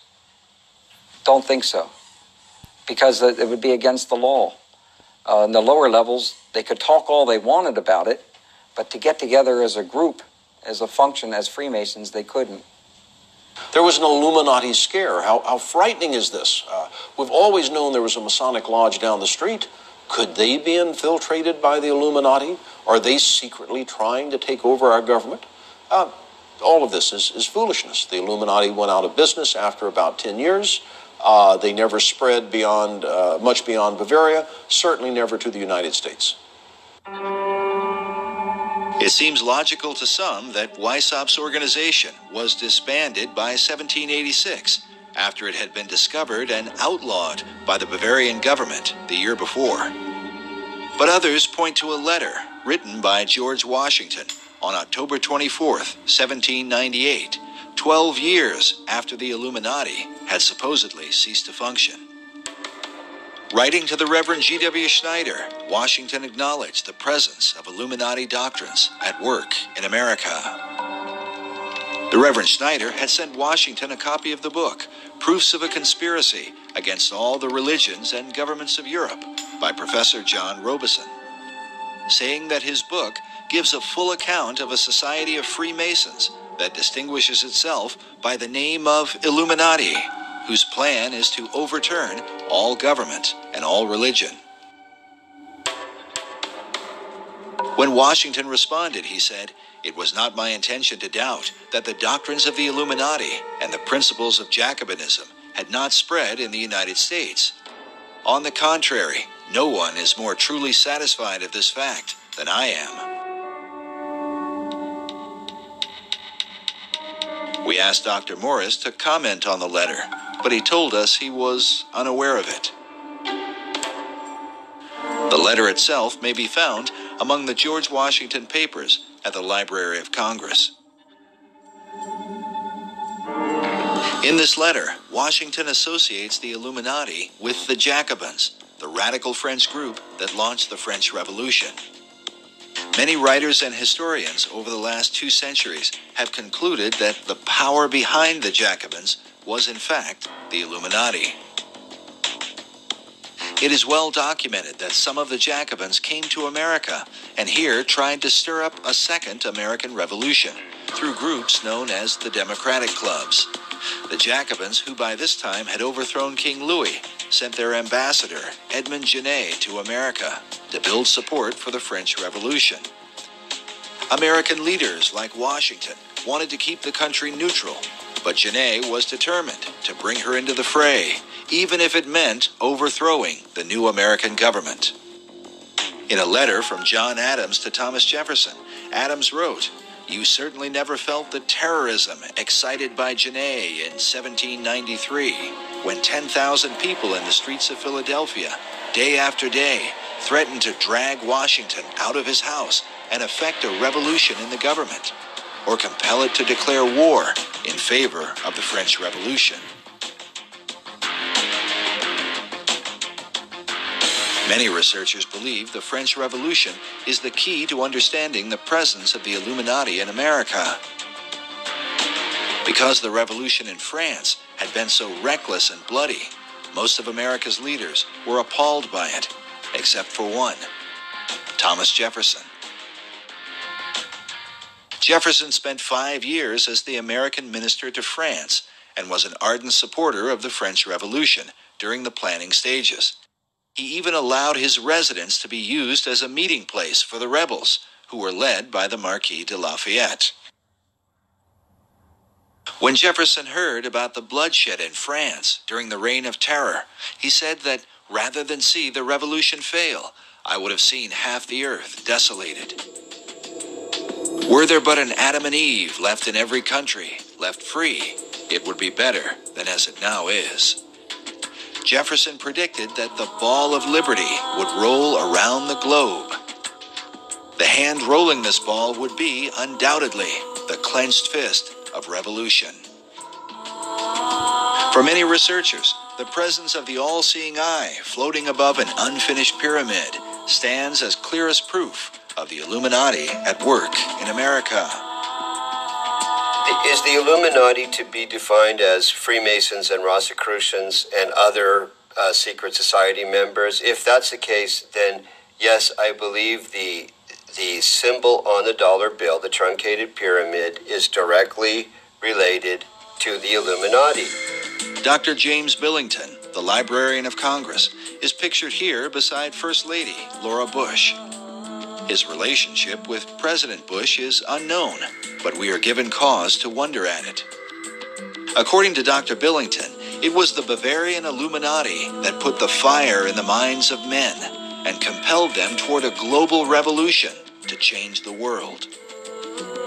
Is it possible that this philosophy is at work in America today?